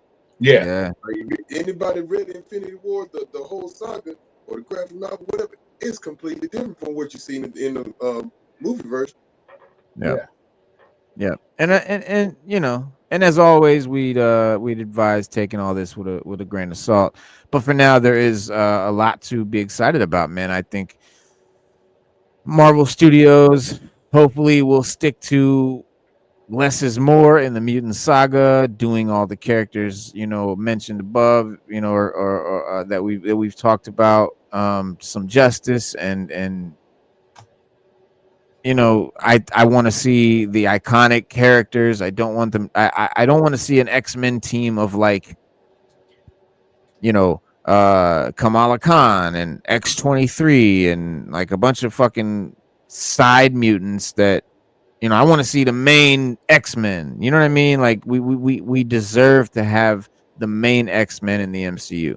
We've only ever had them in Fox and the MCU post Endgame was the pinnacle, the peak of superhero moviedom. It just didn't get any better than that, and we deserved to have our mutant story, our X-Men story, told again properly with the quality of the MCU. True. What has happened since Endgame, that quality has changed to the fact that I don't know guaranteed that what they're going to do is going to be good. Like before Endgame, it never crossed my mind that an MCU movie was just going to be utter trash or unwatchable. Never crossed my mind. Never would it happen. I've literally have not finished the Eternals. I have not finished Love and Thunder. I have not seen all of the Marvels. I literally can't finish these movies. They're that bad to me. Yeah, I ain't gonna lie. I love the Marvels. I really enjoyed that. Hey, yeah, like, it was known. a fun movie. It's just me. Like, just what it was, just a fun movie. Yeah. Love and Thunder was hit or miss for me. The Eternals, I just was not. It didn't grasp my attention. So, you know, like I would say probably since No Way Home, like, you know, Spider-Man No Way Home was the best post in-game movie in my opinion. It was a good one. What about you, Roxanne? Yeah. I always struggle with what's the best movie, and then I try to think about how these writers of these MCU movies, how can I give them an out? What would make them look like geniuses at the end of the day? If they only see the spaces that they left that they could have capitalized on. The multiverse, okay, yes, you can have infinite possibilities. So with that being said, the Infinity War should have been last in totality. Because if you get Thanos to snap, like Thanos, yeah, it was too many people in the universe, but there were multi-universes. Right. So you wanted one singularity. That's what he was thinking about. One singularity, one universe out of all the trillion, quadrillions, or whatever the infinite number is. He wanted to get rid of all that and make it one. They could have used that. They could have used something like that. You know what I'm saying? Yeah. And had all the mutants and stuff, all that come to that head. But being again the business, they didn't have the rights to those mutants. They didn't have the rights to Fantastic Four and all these characters. So they had to adjust and do the stuff that they did with, Infinity War and Endgame. So I can understand it. So now they have to create a new world, their own universe, which is the MCU. Yeah. So we think about these different Earth 23s, Earth 10s, and stuff like that. MCU is its own reality now. So whatever goes in that MCU is canon to that universe. So we can't even judge based upon the comics anymore. We cannot. We have to go into the MCU without thinking about any comic books at all. We can't think of it because they created their own universe. We know the characters. They weren't thinking of it. Yeah, we know the characters by the comics, but going into the MCU, we can't judge those characters based on the comics anymore. We can't. So with the MCU is like you're saying, it's its own universe, it's like own thing, like the Ultimate Universe was in Marvel Comics. Yes, sir. Yes, sir. So now, let me ask you this question too, because Reno, I know you talking about the Fantastic Four earlier, and that was that's a good pitch. I'm like, I would be for that.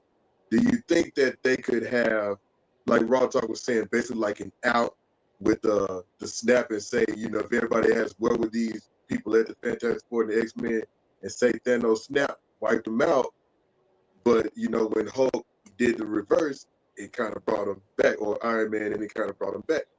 Yeah. Could they use that? And like, how you think that would fare? Well, I mean, they didn't fuck up the multiverse. The multiverse still exists. There's still multiple universes out there. Every multiverse, every universe has its own Infinity Stones. There's not one set of stones for all the multiverse. There's an Infinity Gauntlet on every multiverse. There's one McCran crystal, and that has the nexus of all the multiverses in it. But the Infinity Stones there's a jillion of them, and so Thanos was doing that in the 616, but it didn't affect those other multiverses, and so going on, just say like we didn't know that they existed on, that Earth that Infinity War and Endgame took place on. Say they were already there, but they were just wiped out and then brought back. That's what I'm saying. Could they use that? Well, no, because if they were already there, why didn't we see them? Why weren't we seeing them? Technically, we did technically see the mutants with Scarlet Witch and Pedro. That's two characters that they said weren't mutants at the time. Well, yeah, at the time. But now, and then also, where's the X-Men? Where's the Gray Mark? Where's the school for the mutants? Where's fucking Professor X? Where's the Fantastic Four? They're huge heroes in their universe. They're well known like the X. They have the Baxter Building. They're huge. You know what I mean? Like, where's all this? But as we know in the comic books, when one hero is off fighting some other villain, the other heroes are fighting other villains elsewhere. But when we're seeing newscasts of the Avengers and aliens coming in and New York's being attacked. You don't think the X-Men or the Fantastic Four would have showed up? They're just gonna be like, we'll just let them guys handle it and not even be mentioned. No one on the news is going, where's the Fantastic Four right now? Something would have been mentioned, bro. There's no way. Maybe the mutants had the problem on Genosha. You never know. It's not about where are they. It's about how come no one else is asking about where are they. True. Why aren't the reporters asking about where? It's fine. Yeah, you could explain they were here, they were there, they were doing this and that. I get what you're saying. Yeah, like they might not have been part of that adventure. That's fine. But since the MCU has been so like, seeming like a reality, like seeing the president and we're seeing like newscasts and politics, all this, like they would have mentioned, we would have heard about them in some way, shape, or form. There's no way that they would have just been ignored by everyone. Yeah. And And so, but it's not perfect that they exist in some other universe only. It would be great if they somehow existed in the MCU, but like you said, they didn't have the rights to all them characters. They only had the rights to the Avengers because those were the fucking characters nobody wanted. Nobody fucking cared about the Avengers. Everybody wanted Spider-Man. They wanted the X-Men. They wanted Hulk, and that's who they sold when they were losing their shirt. And so all these companies then bought all them characters, and now they had to build the MCU with their Avengers, with their characters nobody wanted, and then boom, you know, they started getting all this money, and so they're like, hey, we want to buy them dudes back. And everybody was like, yeah, like after the contract ran out, motherfucker. But Sony's like, nah, hell nah. Like this is, we were poor before Spider-Man. We're balling now. Fuck that. We're never letting Spider-Man go.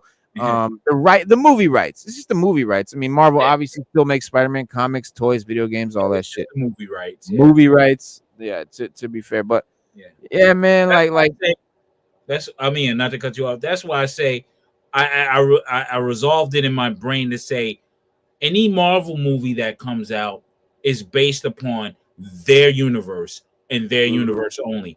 Just because Peter Parker had Mary Jane in the comics don't mean he's gonna have Mary Jane in the MCU or vice whatever. It can be whatever they want it to be because they're the story writers of that comic now. We're in their visual comic. Yeah. So that's what we gotta go off of. You know what I'm saying? And the reason I asked is like I thought about it one day, like, you know, people ask me the same thing, and I thought about it like, all right, well, just say the me of that world was blipped out, you know, and was snapped out and then blipped back or whatever. Like, you know, we saw how everybody was in the Spider-Man movie. Yeah. And then I was like, well, could that be a viable thing? Like, you know, the Fantastic Four and the X-Men teams were snapped out because, you know, we even seen, like, you know, Black Panther and Falcon, you know, Bucky, all them went, and then they end up coming back to Guardians of the Galaxy. Some of them went, end up coming back. But we saw them before. We saw them before. You know, we have to see them before for them to go and come back. Off screen, like regular people, we didn't see. That's why I was asking. Well, do you remember the Spider-Man movie? In the Spider-Man movie, how they brought all the Tobey Maguire villains and stuff? Those weren't in the MCU universe ever before the blip. They were brought in from their own separate multiversal universe. Tobey Maguire, Andrew Garfield, his shit. Like, so all them shits were existing in other universes. They weren't part of a pre-blip, you know. So it's the same thing. It is like the Spider-Man movie, what you're saying. So it is going to be just like that in the fact that there will be, you know, these other versions of characters that we know that are from the MCU. Like Tom Holland's Spider-Man is the MCU Spider-Man, but there's also, you know, the Tobey Maguire Spider-Man and the Andrew Garfield Spider-Man. We're having the same thing going with the X-Men. In the Deadpool movie, we saw like Sabretooth from the Fox movies, like other characters from the Fox versions. We saw we even saw Blade, like Wesley Snipes' Blade. So like they're doing like all the movies from Fox and all these other universes are just different multiverse universes. And look what they did with the Multiverse of Madness. Yes. Case in point. The Illuminati. Yep. Those characters were from different. That was a Mr. There was a Reed Richards right there. Yeah. And they came from other multiverses to become the Illuminati. Yes. It's crazy. We had a Patrick Stewart Professor X that isn't the Patrick Stewart Professor X from the Fox movies. Exactly. I mean, so yeah, they went wild. Shit get confusing as what? And it's like, damn. So I like you know what you said, Rob, talking about taking this and like looking at it like how we read a comic book. Okay, this is our 616. Yep. The MCU is their 616. Yep. The Ultimate Universe is their Ultimate Universe, whatever, you know, like, because trying to reason all that, that's gonna fuck with your brain. Hell yeah. Like we always say, and we all talked about this. We always say, why didn't they use the source material? I don't think they want to use the source material because it's not advantageous to their storytelling. It's not going to give them an advantage. It's not going to do anything for what they truly want to do with their own universe. It's like Ditko and let's say Stan Lee had differences, Yeah. so they did their own things. So Mhm. it's like that's what you got to do. You know, you just got to look at it like this is their story. Let them tell it. If the Hulk, if they want the Hulk to be that way, that's the Hulk that they want. Yeah. We can't say, "Hey, we want the mindless Hulk from issue 186 or Right. whatever." We can't do that because this is their Hulk. So Right. we got to enjoy their Hulk. Yeah, we just Well, gotta, like that's true. That's true. Except the only issue with that is that it's not that they don't use the source material, it's that they don't use it in order. yeah. They use shit from the source material and make it, like if they want to make their own new universe, that's cool. But like make up your own new shit. Don't take shit from here and here and here and all from the Marvel universe and put it in here and have us comic fans going like, what? That didn't happen in there, but that did happen in there. But then that's them making a whole new universe. That's just like when Right. we hear music, Right. like we know Eric B for President, that beat, we know it when it comes on. But Right. there was 1,000 other rappers that use that same beat. Yep. But that's their reality. That's their Eric B for President beat that they rocking on because they love that beat so much. So they had to incorporate it into their own shit to make a new style of it if they want to. You know what I'm saying? Imagine 20 years from now, we're going to hear a different version of a Wu-Tang song. Somebody's going to do it. Yep. Watch. And it'll probably be their kids. And they'll come, Yep. Wu-Tang Clan ain't nothing. You know what I'm saying? But it'd be their children doing it. And it'd Their be children got music out. I know. Sun Yeah. God, all them. Sun got them, yeah. Yeah. So when they decide to come together and do their version of their parents' stuff, then we'll be like, whoa, it's not the original, but it's original to them because they just took it because they loved it and made it their universe now. So, and then our kids will look at it like, yo, this the Wu-Tang, this that new stuff. And we'll be sitting back like some ancient dudes like, come on now. Yeah. We're doing that already. We're like, come on now. Yeah. Are you for real? Well, shit, man. I mean, Feige last November, he was like, I think you will see that. He said, I think you will see that continues in our next few movies with some X-Men players that you might recognize.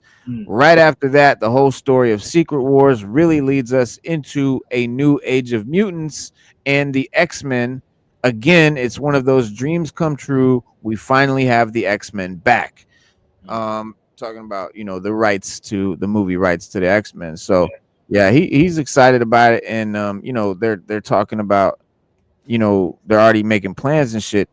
There are a lot of characters that they're already confirming for Doomsday and Secret Wars. So a lot of characters are going to be in those from all throughout the MCU, even throughout Fox and stuff like that. For example, X-23, the who was in the Logan movie, which was a phenomenal movie by Fox. So that right there is going to be a character that we know.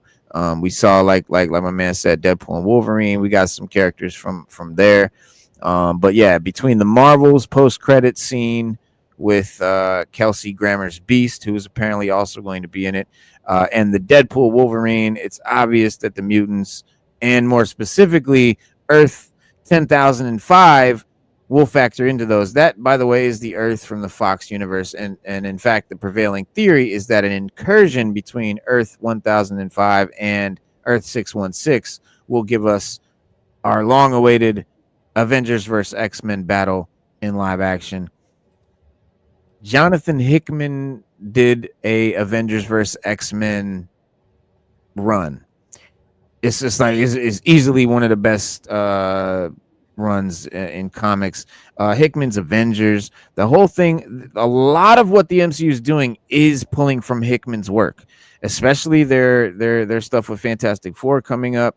their Avengers stuff. But like we were talking about Multiverse of Madness, that Illuminati lineup, those Illuminati characters, that's based on Hickman's Illuminati from Hickman's Avengers. Also, the incursions, that's all something from Hickman's Avengers. That's the incursions of the multiverse where they're crashing together on each other. That's all taken out of Hickman's book. So they are bringing a lot. They are doing a lot of Hickman's. Like I always talk about, that's my favorite, comic author. And I wish they would just fucking do his books, but they actually are doing a lot because they're so good. It's so cinematic. His comics are so cinematic and work so well as live action. But yeah, according to them scoopers, X-23 actor Daphne Keane is confirmed for both Avengers movies. We expected that to be the case, of course, and this hopefully means that we'll finally see her suit up as Wolverine, X-23 rather, next to Hugh Jackman's Wolverine. Hopefully we'll get to see them both wearing the mask. And Alex Perez from Cosmic Circus has also taken to X, claiming that Kelsey Grammer's Hank McCoy Beast will appear in Doomsday and Secret Wars. And seeing as the Marvel Studios went to the effort of redesigning the X-Men for his cameo in the Marvels, we're not exactly shocked about that either. So, yeah, a lot of... and, of course, what does shock me is that they're bringing back Elizabeth Olsen's Scarlet Witch. It shocks me that they're that stupid, but it doesn't shock me that they're doing it, I guess I'll say. She died. Like, come on. But, hey, it's the multiverse. Yeah. But, yeah, you can do whatever you want now. And that's the beauty and the curse of the multiverse shit. It allows them to do whatever the fuck they want. They can reboot, rehash whatever they want, anytime they want. And but it's like a license to do whatever the fuck they want and fix anything. And so it is a blessing as well. But a lot of people find it complex and too convoluted and too, confusing. But that's just it. It's not any of those things. It's there so that we don't have to worry about complex and confusing plot lines. We just say multiverse. Yeah. Oh, what's the answer to this? Multiverse. I just want Theo James to play the Beyonder. That's all. Oh, I think yeah. he can do a good job as Beyonder. He's seasoned now. After he did all the what was that? The sci-fi thing he did with old girl. Not the Maze. Yeah. I know what you mean. Divergent or yeah, Divergent. Yeah. He's seasoned in sci-fi and stuff like that. So I think he'll be a good Beyonder. He would be a good Beyonder. Yeah, there you go. Right. Yeah, Theo James would be a great Beyonder. That's my guy. Yeah. Yo, he looking like Saturday Night Fever. Yeah. There he is. But yeah, Theo James would definitely be able to pull that off. Hell yeah. Yeah. Yeah, that's actually a good casting right there. Yep. He'll be a great Beyonder, bro. That's my guy. Yeah, he great actor, man. Yeah, he is. He is pretty good. He reminds me of James Franco. Yes, sir. That's what I say. If you don't want James Franco, because James Franco is more comedy-like, this guy's a little bit more serious. He does comedy too, but he does situational comedy, But he's good though. Yeah, that's definitely a good casting. And talking about bringing the X-Men into MCU last summer, Kevin Feige also said, I think you will see that continues in our next few movies with some players you might recognize. After that, the whole story of Secret Wars leads us. Oh, I told you that already. As for Keane, though, Daphne Keane, she's understandably been enthusiastic about coming back to be X-23. She said, I would love to come back. I would pay them to come back. Playing Laura has been the biggest honor of my life. To me, we've only scratched the surface with her, and she's such a complex character. She's so cool just from a fan standpoint. And she's right. That character does have a cool story. She's a clone of Logan in some way, and she's got a clone named Honey Badger who's like her little X-23, who's also a dope character, so they could do a whole thing there. Kelsey Grammer, who plays Beast in the Fox movies and was in the Marvels end credit scene, all redone up, said, "There's nothing I can talk about. What I do know is there is a huge sort of outburst when I showed up at the end of the Marvels. I guess it was. The response was really almost, it wasn't unexpected. There'd be some response, but it's pretty overwhelming. And so there are some conversations," end quote. So he's being coy. He's not saying, but yeah, he's coming. And so, yes, it's safe to say both, I think, X-23 Beast will have a role in Marvel Saga, in the Multiverse Saga, rather, in the Doomsday and Secret Wars movies. I think a lot of characters are. I think most characters that we've seen, even most characters that we haven't seen in a long time or even seen in the MCU, will show up in these movies. How big their parts or roles are going to be, think Deadpool and Wolverine, where there was, all these cameos, but no one had any real role. Yeah. But then with the Fantastic Four also, we also forget that the Skrulls always was in battle with them. Yep. As well. So yeah, that we'll be seeing some Skrulls pop up here and there. We're gonna, pretending to be other heroes. Like Rhodey, for instance, he's a Skrull. You know what I mean? Right. So if you do a proper tie, and you get that the Secret Wars, and then you get the other part of the Secret Wars too. Yep. You know what I mean? So it's like, if they do it right, it'll be okay. Again, I'm just gonna look with virgin eyes. I would say without digging into the comic book lore and nothing. It's gonna take it for what it is. It's their universe. Let's see what they do with it. Let's see where they're gonna take it now. You know what I'm saying? We see where they took it, how they started off. Let's see, and we've seen the midpoint so far. Let's see if they just say, "Yo, we're gonna do it this way, and we're gonna rock like that." So Namor is Namor. It's not Namor. You know what I mean? So we're good on that. No problem. Yeah. Well, yeah, man. And it's a lot of cool shit going on too with the mutants in the comics too. They haven't fully entered the MCU, of course, yet, but they are definitely rewriting X-Men, X-canon in the comics. There's a lot of good new X stuff going on.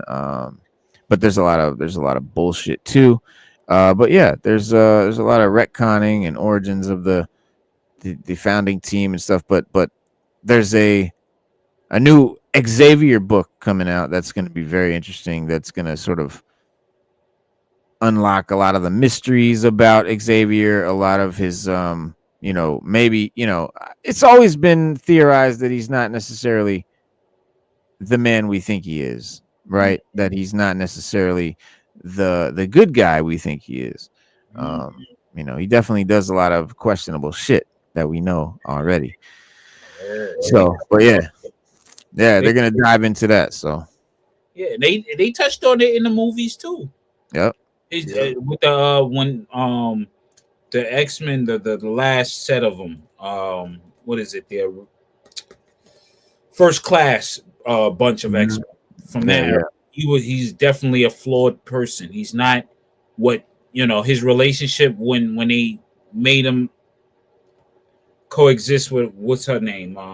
What you call it? Nightcrawler's mother, Mystique. That whole idea right there, shows he wasn't a good guy. He had his own ambitions as well. And Magneto knew this. Magneto knew this the most, that he wasn't the only one with certain ambitions. Right. Charles had his own too. Right. It's just like, okay. Yep. Yeah. So the comic is going to explore that. I think it's read. I think so. It's called you know what? I forgot what it's called. It's called something Xavier. I don't know. I'll get you the name in a minute. Oh, word. But yeah, Yeah, she wants to play Storm. My She only could- problem is that I think she's way older than the actress that's playing Jean Grey. But that's not. I could easily look past that. I mean, and I didn't see Wicked. Apparently, it's really good. I mean, I don't know. It's not. I didn't think it was something I would be into, but I don't know. I may check it out just to see like what the fuss is about or what she is about. But yeah, she I mean, I could definitely see her as a Roro.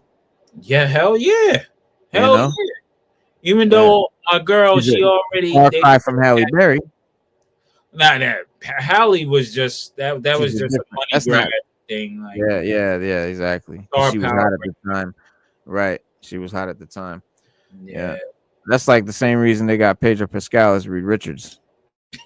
Same fucking thing. Yeah. State Universe shit. Pedro Pascal. Hey. He's the Halle Berry right now. He's the Halle Berry right now. But Storm to yeah. me. Yeah. She does though. She does look like Storm.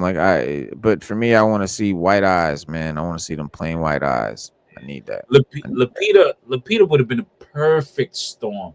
Yeah. Perfect Storm. Period. Because she also reminds me, Lupita also reminds me of Grace Jones, who Storm was modeled after. Oh, really? Yeah. Yes. Storm was actually modeled after the supermodel Grace Jones. Which is crazy because she never resembled Grace Jones to me at all. Woo! Never. The Mohawk. You think she does? Yeah. Put up Storm. No, the original Storm, the first. Yeah, put up the comic Storm and then put Grace Jones. You can even take Grace Jones when she was on the in Eddie Murphy's movie, the what you call it, Boomerang. Look just like Storm. Okay. There she goes, the Strange. Yep. Hold on. Well, let me get a big picture. There's one that looks kind of like Grace. Yeah, and you put a picture of Grace Jones up, you'll see. A strong I guess. I mean, but like this doesn't. I don't like this doesn't feel like Grace Jones to me at all. Now you got to take a picture of Grace Jones when she's modeling and what she was wearing back in the 70s. That maybe, but not that.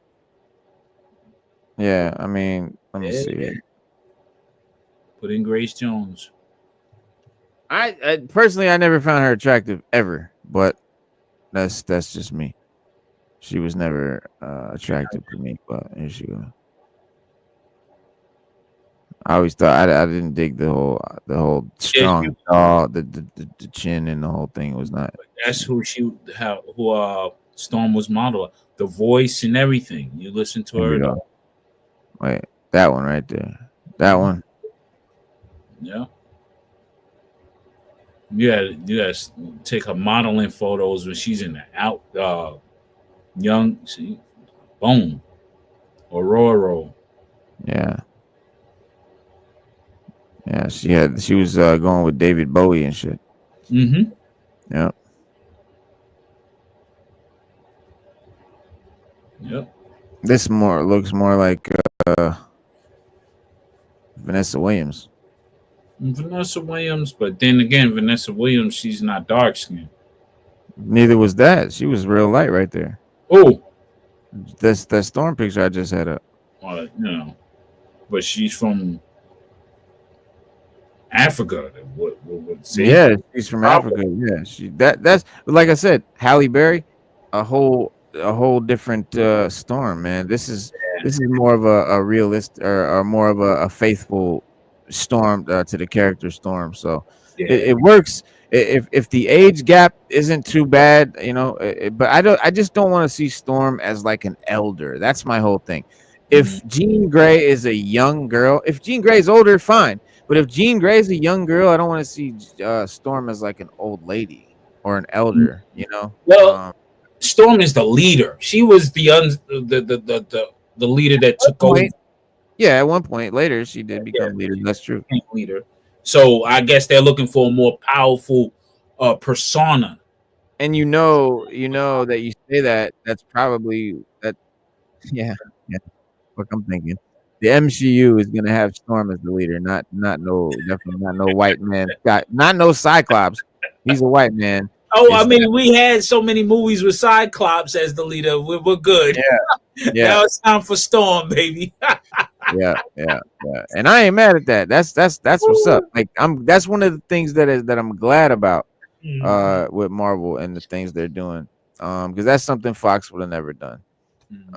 They put Halle Berry as Storm, so right there that tells you everything you need to know. But yeah, it says straight up the star power, like get right. to come watch this movie, because I'm not confident that they were confident that this movie was going to make money if they didn't. Hey, let's put a bunch of stars in and let's get the people to see. Yeah. And the whole X-Men team had to be very attractive people and stuff like that too. Wolverine should have been a short, stocky, animalistic looking, grimy motherfucker, not fucking leading man Hugh Jackman. But that's what they were cinematizing it. They were and that's the thing. Hollywood, they're not gonna be like the comics exactly. First of all, human beings don't look how comics are drawn. Comics are not drawn. Human bodies don't look like that. They just don't. And suits don't fall and look the way they do on drawings as they look on people. We see how cosplay looks and how different it looks and how it just doesn't quite look like it does in the comics. It's because it's proportional, or what do you call it, anatomical. That's how they draw shit. They draw it to look a certain way. But yeah, I mean, it says while Cynthia Erivo continues to astonish audiences with her stunning portrayal of Elphaba Throp for John M. Chu's Wicked. Oh, see, I don't know nothing about Wicked then. She's still dreaming of roles she'd like to conquer after the Wicked Witch of the West's musical adaptation rides a twister out of theaters early next year.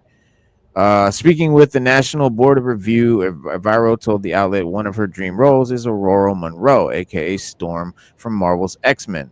Eviro says that she wants to explore the character's depth and inner turmoil, feeling like a lot has been left on the table by previous incarnations. That is a fact. I really want to play Storm, she said. I know it sounds frivolous, but I think we haven't uncovered how grand she is and all of that inner turmoil that she has. So I think there's a world where we could do something like that. And that's her, I guess maybe. Is there a dream role out there that you want to manifest right now? I really want to play Storm.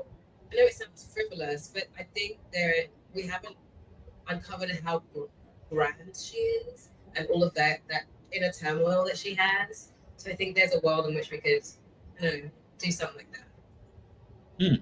Oh, there you go. Okay. She's correct in regarding Storm's potential in Marvel's X-Men universe. Halle Berry and Alexandra Shipp have solid performances as their weather-wielding character, but anyone who's picked up a Marvel comic lately knows Aurora is capable of more. In addition to being one of X-Men's most formidable team members, Storm is commanding political leader, fierce warrior, and master of Omega-level powers. Marvel Studios should feature her prominently in the upcoming X-Men reboot and give Wolverine a rest. Don't get me wrong, I like Logan as much as the next X-Men fan, but we've been there and done that before for decades. Let's give some of Marvel's other X-Men a chance to take center stage. In November, Kevin Feige said fans can expect X-Men characters to appear in upcoming Marvel movies before the team's official reboot. He said, I think you will see that it continues in our next few movies with some of the X-Men players you might recognize. Feige said about drip-feeding X-Men characters with new films and television series. Right after that, the story of the Secret Wars really leads us up to the new age of mutants and the Marvel and the X-Men. And it's one of those dreams come true. We finally have the X-Men back, Feige teased. Could members of the X-Men appear in Marvel's Fantastic Four first steps? Would Cynthia Erivo be a fascinating casting for Storm? Let us know what you think, blah, blah, blah. So, yeah. That's it for that. She just wants to play the character, so nothing about a casting or anything like that. Yeah, I don't mind her. I don't mind her at all. I mean, Storm is dope. Period. And it's not. Yeah, the child is wife, so you know, right? That's gonna be some crazy stuff. You know what I mean? Yeah. It's gonna be some interesting times. Yeah. Yeah. Well, I think she'll keep, be all right. It like like the article was saying. I yeah, kind of disagree with like, well, let's give Wolverine the rest of blah blah. Like he's like Batman in DC. He's gonna sell. yeah, I yeah. don't care what you put Wolverine in. He's gonna sell. Right. So He's it's not just one of the mutants. He's like a Spider-Man. He's a Yeah. main right. Marvel character. Yeah. Right. But like with her playing Storm, I think she would do a fantastic job. Again, it's like we talked about before. How is a character going to be written? Mm-hmm. How are you going to write this? Like if Yeah. you write it like we used to say in wrestling, you can shine a turd up all day and then present it, but it's still a turd. If you have a shit script, I don't care how you perform it, it's still gonna be shit. Yeah. Exactly. I mean, and it's all about the script, man. It's all about the story and how they write these characters and how they bring them together and how they bring them in and just I don't care who plays who really as much as how it's written. That's the most important thing to me. I'm not going to get hung up on castings and bullshit, man. If the script is good, if the movie's good, if it fucking entertains me, it's good. What else? What else? People kill me. It's like they complain and make all these nitpicks about shit, but they probably had fun watching the movie. And that's the thing. Did you enjoy yourself watching it? Can you pick out a bunch of shit about a movie that maybe you could do better or that you could do better, but that you think could have been done better or mistakes that were made? Sure, but that's not making the movie suck. If you had a good time watching it, it's a good movie. Period. But see, that's the thing. Like with our society now, it's like it's more popular to hate on something than it is Yeah. to actually like something. Like Oh yeah. like I said, I mean, and everybody has their different lives. Like you and I, friends. Like I said, I like the Marvel. I thought it was a great movie. Yeah. That's my Right. opinion. That was my experience with it. I love the That's- Marvels. I love the Right. Marvels. So Right. it's like A lot of people we all like have a different experience with it, but that doesn't necessarily mean it's like, oh, well, blah blah. Like anything else, yeah. Were there movies that you could do better?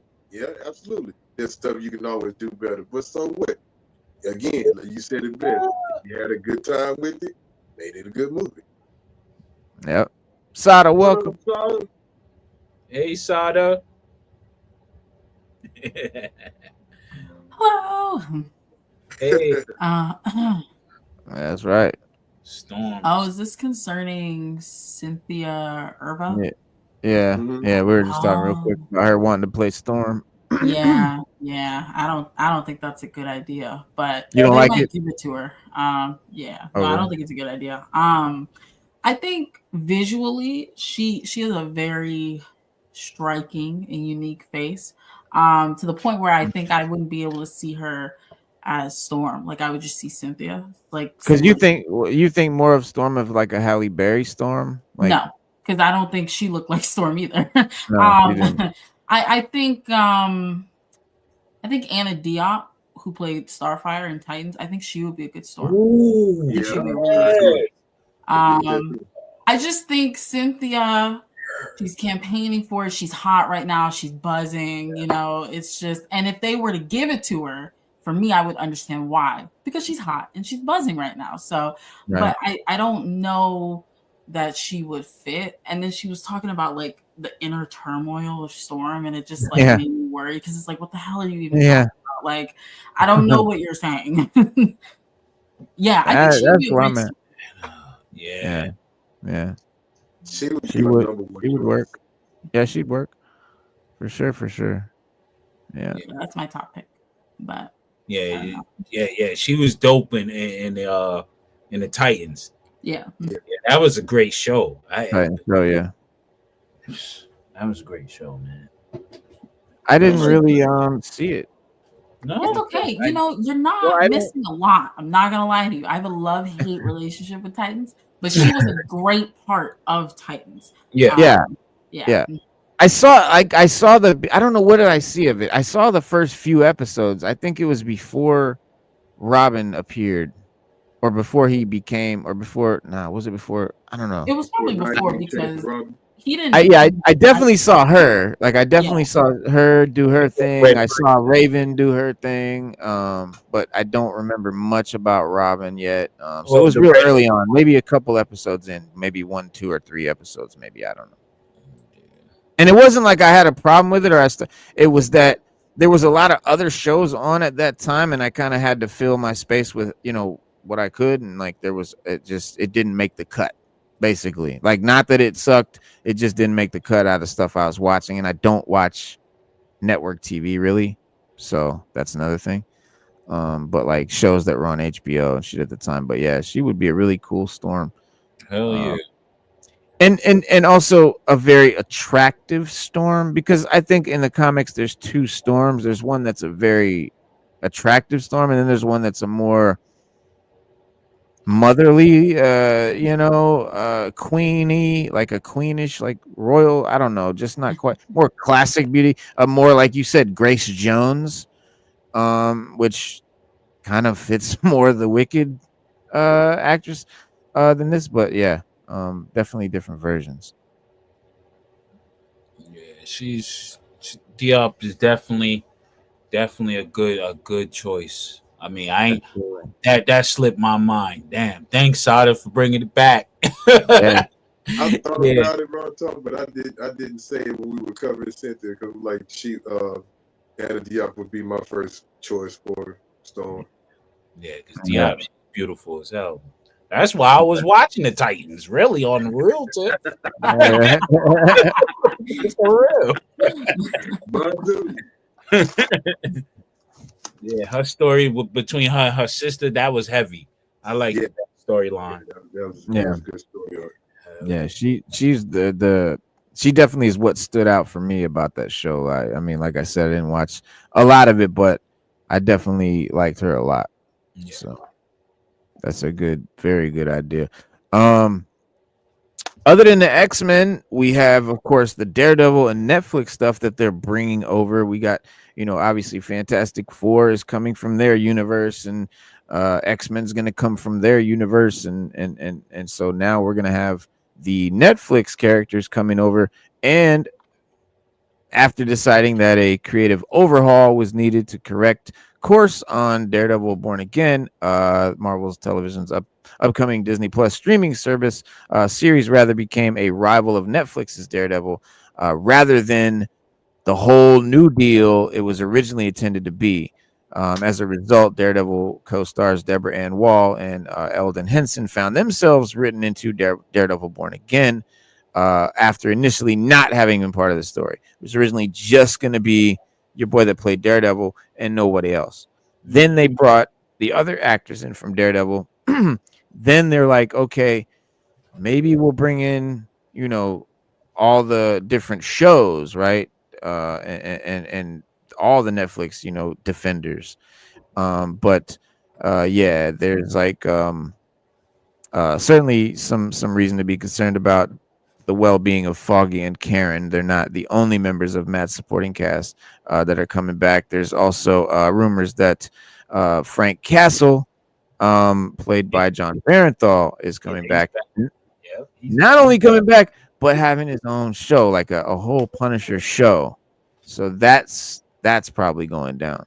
And I'm very excited because it's been 5 years since the second season of Punisher debuted on Netflix, and given the pace that which Marvel Television is now developing and producing streaming series, it might be another 5 years before the next fucking Punisher story comes out. But with very, very few loose threads left hanging from the series season 2 run on Netflix, it'll be interesting to see which characters, if any, they bring back from that show. I don't think they need to bring back a single character from that show but Punisher.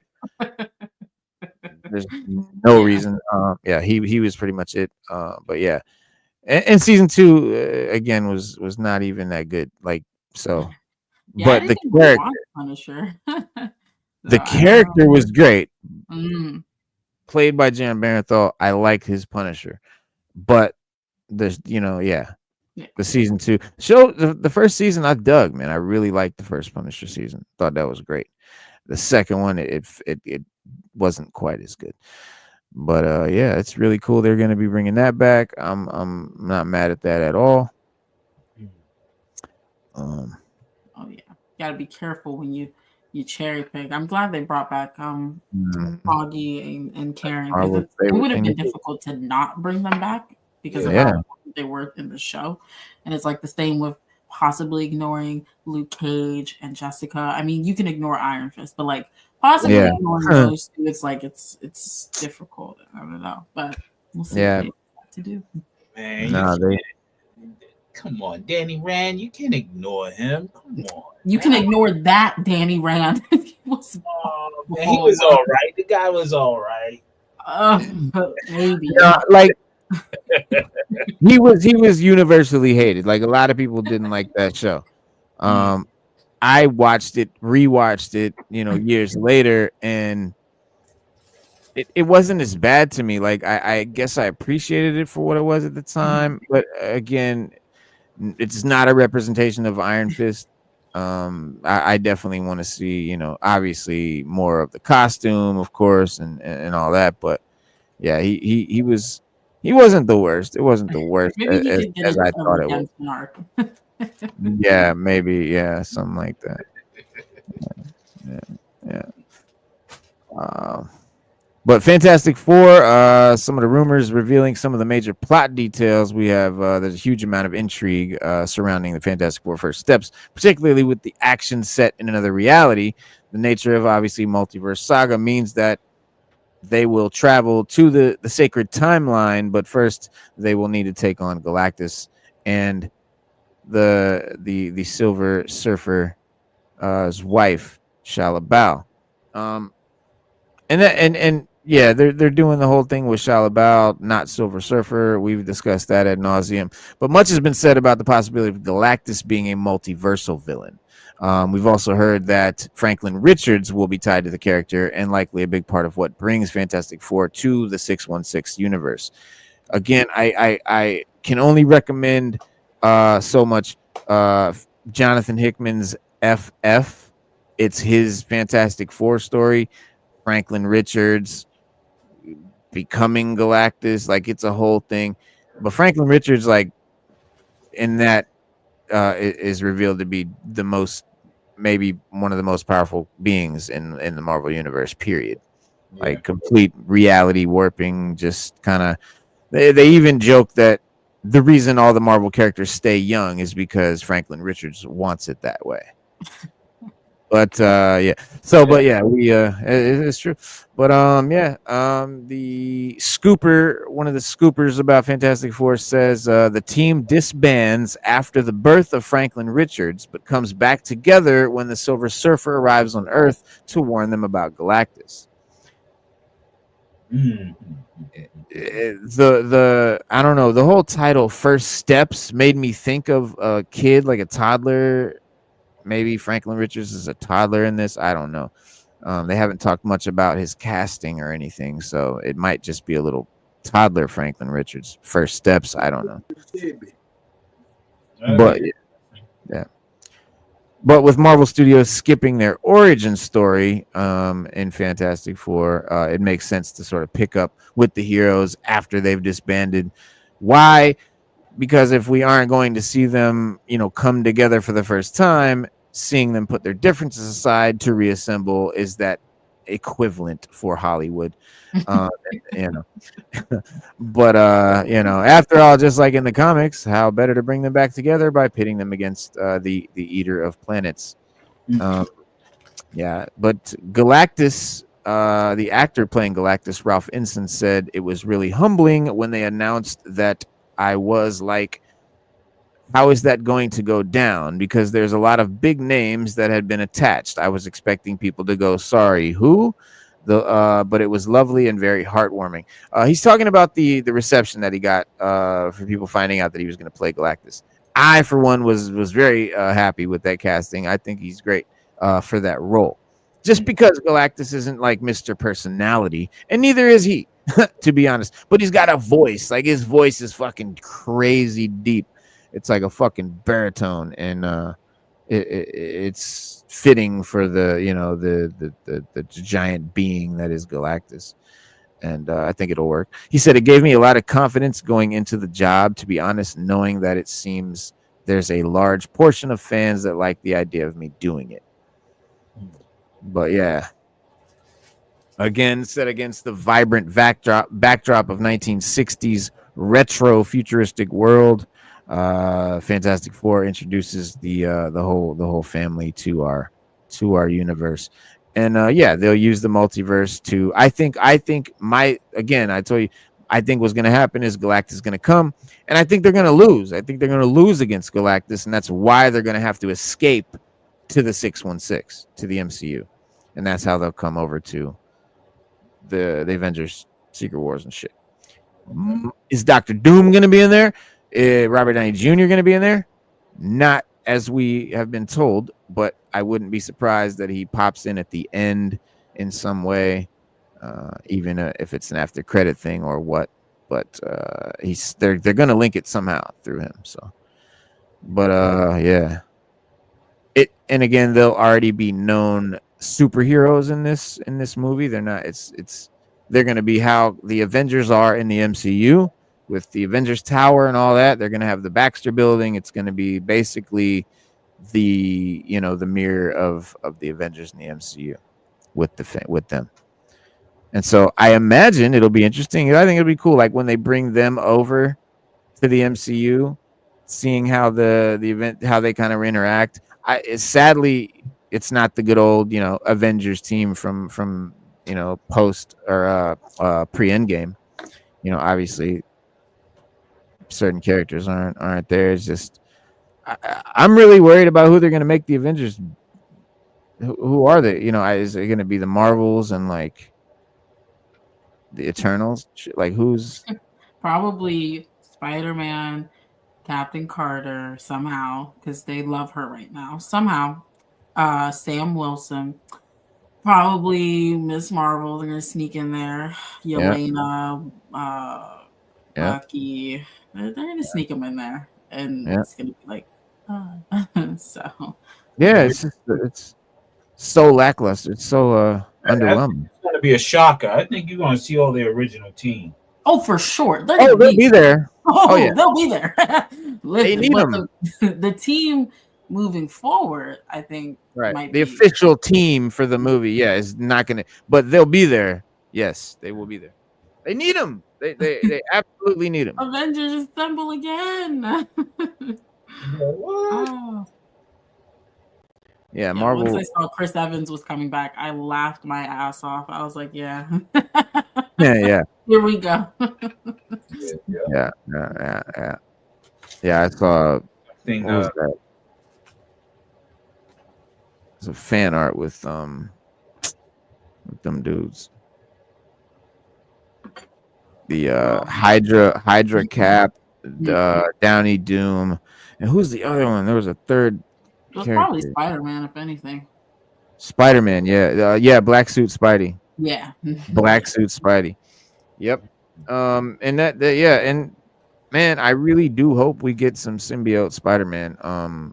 I thought that the fourth Spider-Man movie was going to be the symbiote. We saw the whole thing with the Venom symbiote and the after credit scenes and the whole linking and the whole thing, and then they're wiping everyone's mind of who Peter Parker is. So he has like this whole fresh new start. He's going to be brooding and depressed. He's going to, MJ isn't there. His friends are gone. He's sad. He's going to be, down, and it's going to be a sort of a dark spot. I'm like, this has to be the symbiote saga.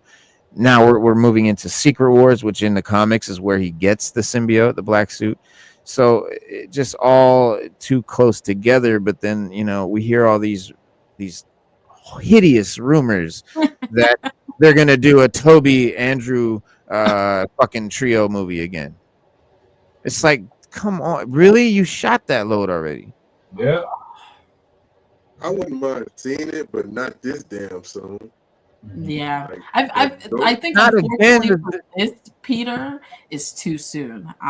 Because they spent so long trying to get him to have an origin story, and like now we're here, and then we're just gonna jump straight to the black suit. I mean, I kind of want it, but I don't know. I agree with Spade. I think it's just a little too soon. Like, But wait, comic wise, wait, like we're right on track. But it's like, Yeah. with what we have, we're not kind of. So I mean, he had three movies as Spidey where he wasn't. did, but did we even really explore him as Spider-Man? Did we even really like spend It's not our time with fault. him as Spider-Man? Like, not really. Like, as far as like exploring how he feels about being Spider-Man, does that impact his relationships at all? No. Like it's like we spent time with him in the suit, but Yeah, there's it's never been that at all. It's all because surface level. he's never been that deep. That whole character's never been that It was deep. always- His movies have never been that deep.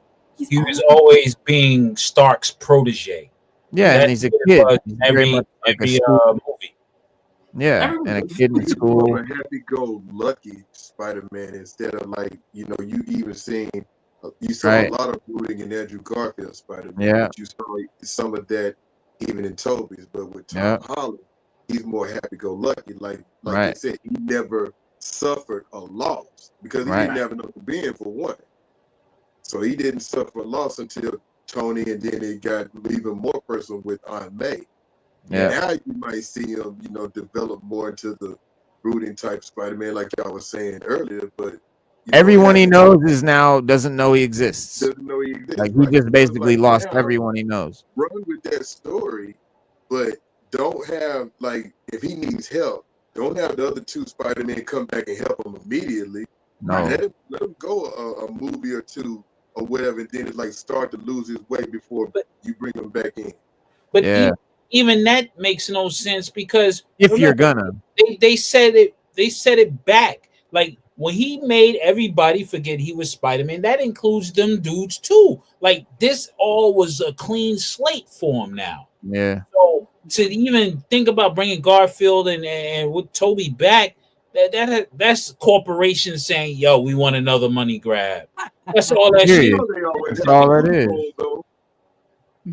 All They it is. always have a damn loophole. It ain't gonna never stick. You'd be like, well, actually, this happened here, so Yeah. it negates what happened in that movie. But then again, we gotta ride with it. yeah, We gotta ride with it because this is their MCU. We gotta ride with it. and the Yeah. kill is like we don't have Uncle Ben in Tom Holland's universe either, but that doesn't seem to impact him at all. So that's great, like at all, actually. So I love that. It's great. Yeah. Yeah. Yeah, I this mean, is yeah. their telling of the heroes. So Yeah. Spider-Man 4 has been a lot of shit, a lot of rumors about it, a lot of different things have gone from being fun and exciting to verging on exhausting, and villain after villain has been rumored to appear in the movie, and as things stand, we are no closer to knowing who Peter Parker is going to battle, who he's going to be, what suit he's going to wear, who's going to know him, who's not going to know him, who's going to be there, who isn't. What's become apparent is that there's not going to be room for all of that shit in this one movie, right? There's just too much. But it's already in the somewhat awkward position of coming out between Avengers Doomsday and Avengers Secret Wars, and right. And as Tom Holland stars in all three movies, he's going to be in all of them, meaning his next solo outing will be affected by them. But in this feature, we I don't know. There's a lot of characters rumored to be in the movie. Different levels of involvement could mean different things for different, whatever respective version of filmmaker Destin Daniels Creighton's Spider-Man 4 that we do get. We also attempt to figure out what's really going on with Daredevil and Ant-Man and the Kingpin. Widely believed that Marvel Studios' deal with Sony Pictures stipulates that an MCU character must appear in these Spider-Man movies. So it was reported relatively early on that Paul Rudd's Ant-Man would be teaming up with Peter Parker. that's very interesting. Nowhere near the list of our dream teams, but it is a fun idea. But even Spider. the Ant and the Spider. And there was also exciting reports that Spidey would be joined by Daredevil to battle Kingpin, which I think is a really cool idea. That's a team up that I've seen in the comics a lot that I really dig. They both rock, they both, street level dudes in New York. I mean, Spidey's arguably street level, and then Kingpin is definitely a villain of both characters, so it's cool to see them go at it. But that would be a trio that would embark on like a lot of different street level stories and an adventure to take down Fisk once and for all, and which it'd be I think maybe a movie that would end up being probably after the whole Daredevil show, obviously. But I think a lot of fans want that, but whether it can fit into the multiverse saga and not interfere with the show, the Daredevil show, would be a lot. And next we have, in my opinion, Venom and Null as candidates. Null was mentioned, and right around the time he was featured in the trailer for Venom Last Dance, we were told that Eddie Brock and Spider-Man would join forces to take down Null on 616 MCU. So, but Null was described as a multiversal baddie, right? A multiversal big bad. And if you read this, anything, if you read any of the Null stuff or the any of that, that whole event, the character is dope. Like the character definitely is on the level of any big bad that we've seen before. Any Thanos, any Doom, like he's up there. He really is up there. He really has that kind of ability and shit. And so it made sense, and I think sounded like a fitting side mission of sorts for Spidey to team up with Venom and do that. But Venom The Last Dance obviously did nothing to set the stage for that, and it feels like a bad idea at this point for Marvel to sully the Spider-Man franchise by linking it to Sony's Spider-Man villain franchise, unless Hardy is playing a sacred time villain timeline variant or something. Then you have the Ghost Rider and Mephisto theory. In the comics, Spider-Man and Mary Jane exchanged their marriage in a deal with Mephisto to save Aunt May's life. It's it's a despised story. A lot of people hate it, making this rumor all the more confusing. But then again, like, why wouldn't Peter make a deal with the devil after the world has forgotten he exists? That would be one way to undo Doctor Strange's spell, and Mephisto is expected to be a major player in the MCU at some fucking point moving forward. Dude's been theorized to be in every MCU movie, I think, since it started. But as for Ghost Rider, having the Spirit of Vengeance team up with Spidey is a crazy ass idea. Something that would see like a Nick Cage come back in the multiverse and all that, and obviously that would be super gimmicky. Then there's the old Punisher, Hulk, and some other villain theory. All these different theories, all these different rumors that I've sort of collected, like these are rumors into one entry because very little has been revealed about either of them. The first is a more believable, I think, than the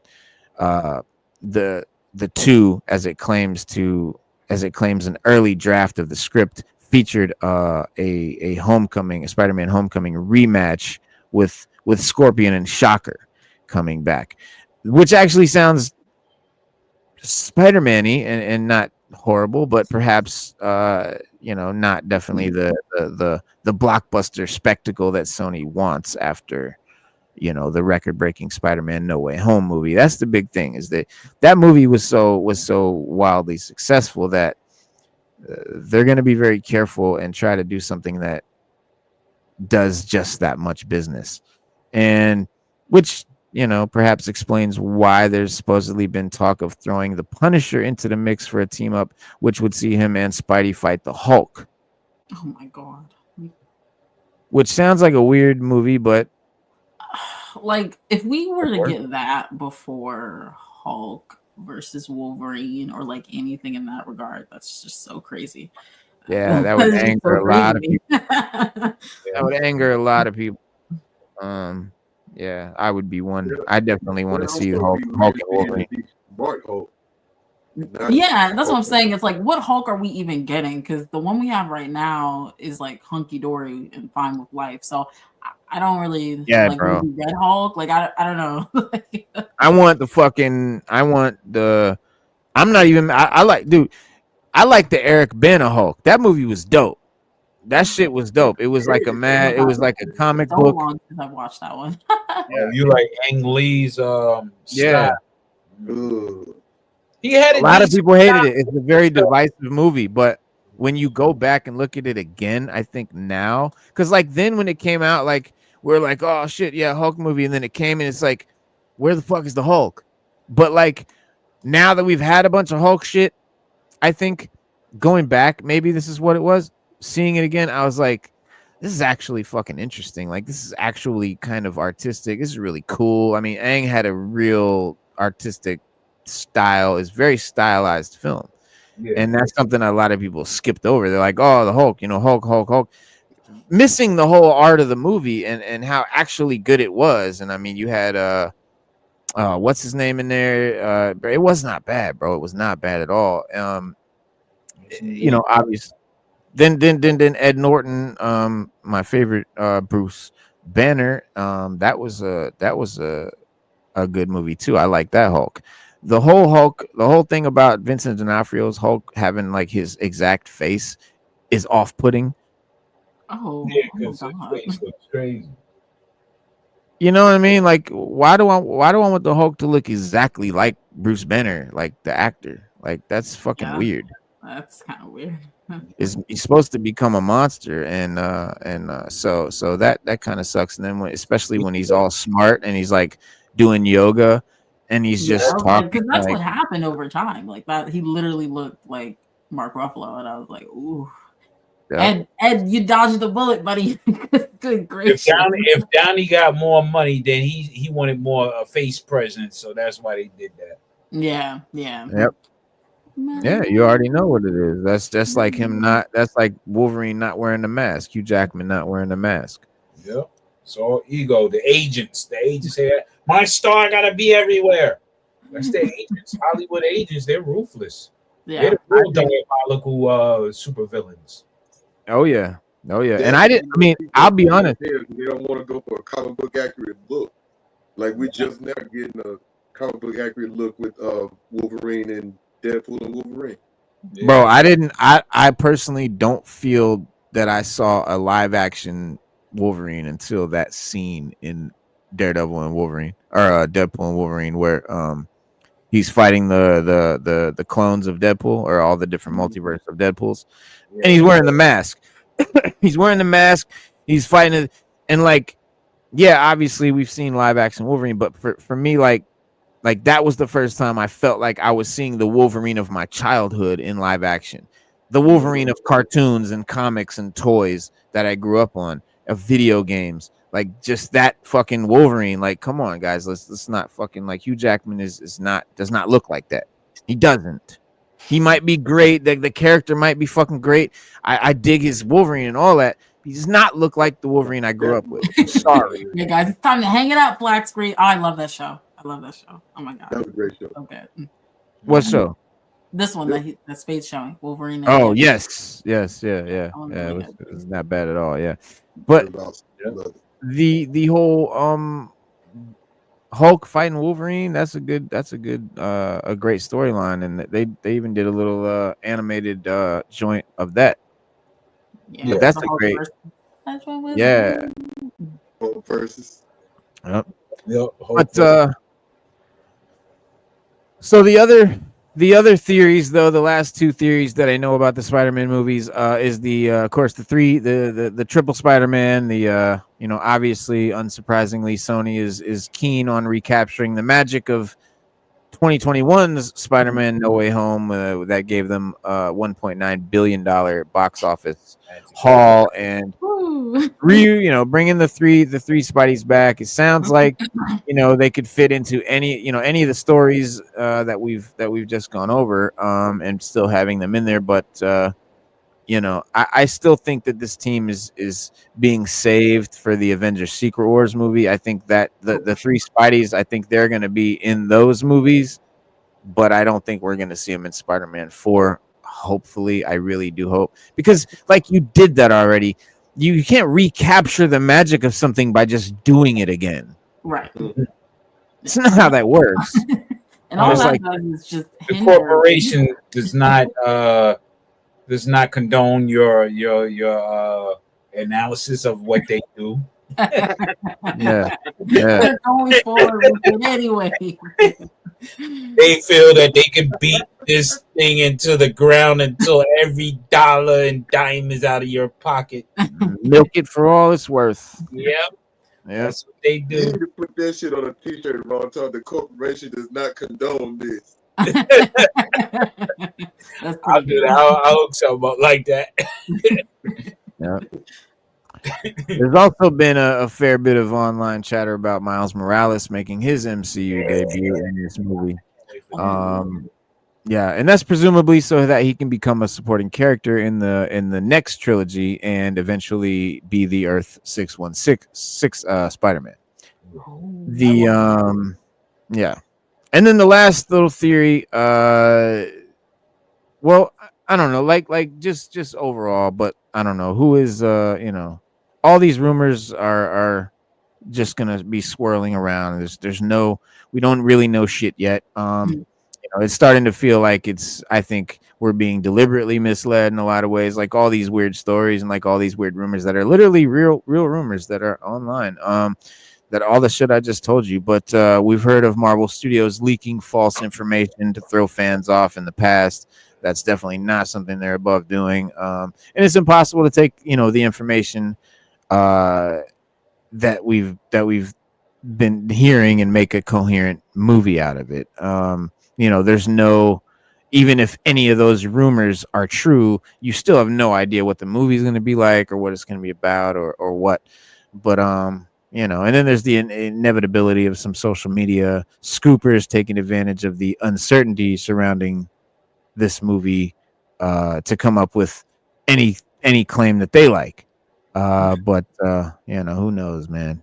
Yeah, I mean, at the end of the day, I think the thing with Spider-Man, he has to appear with another MCU character. I think that part of the contract is true. So, like, at the end of the day, somebody's going to be there. But the problem is, it's only going to take away from Peter and the development he desperately needs because he didn't get any in his own trilogy. So it's like, I don't know. It's kind of a double-edged sword, but it depends on how they do it. Like, it could be cool. So I'm fingers crossed. Yeah. Whoever it is, it's like it makes sense. Yeah. There was one rumor where it was going to be the Sinister Six. Oh God! Again. First. Right. Again.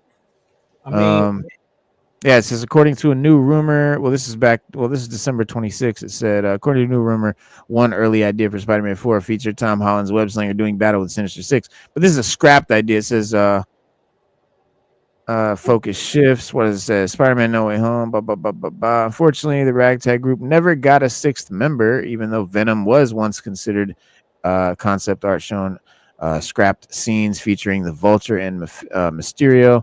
That was a missed trick on Marvel Studios' part, though we've long suspected it was to save the villainous team for a Sony Pictures project or Spider-Man 6, perhaps.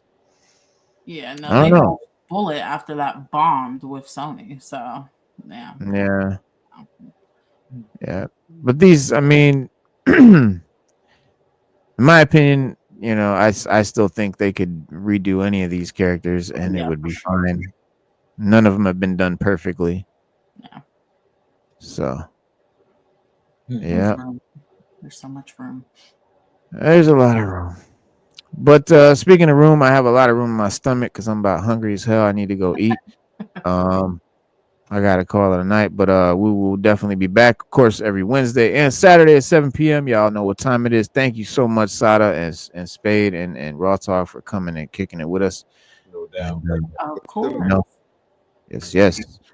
So everybody be safe, man. Have a good weekend. Hit that like button, subscribe, comment, all that good stuff. Thank you, everybody, for coming and chatting and hanging out with us. We'll see you guys Wednesday, as always.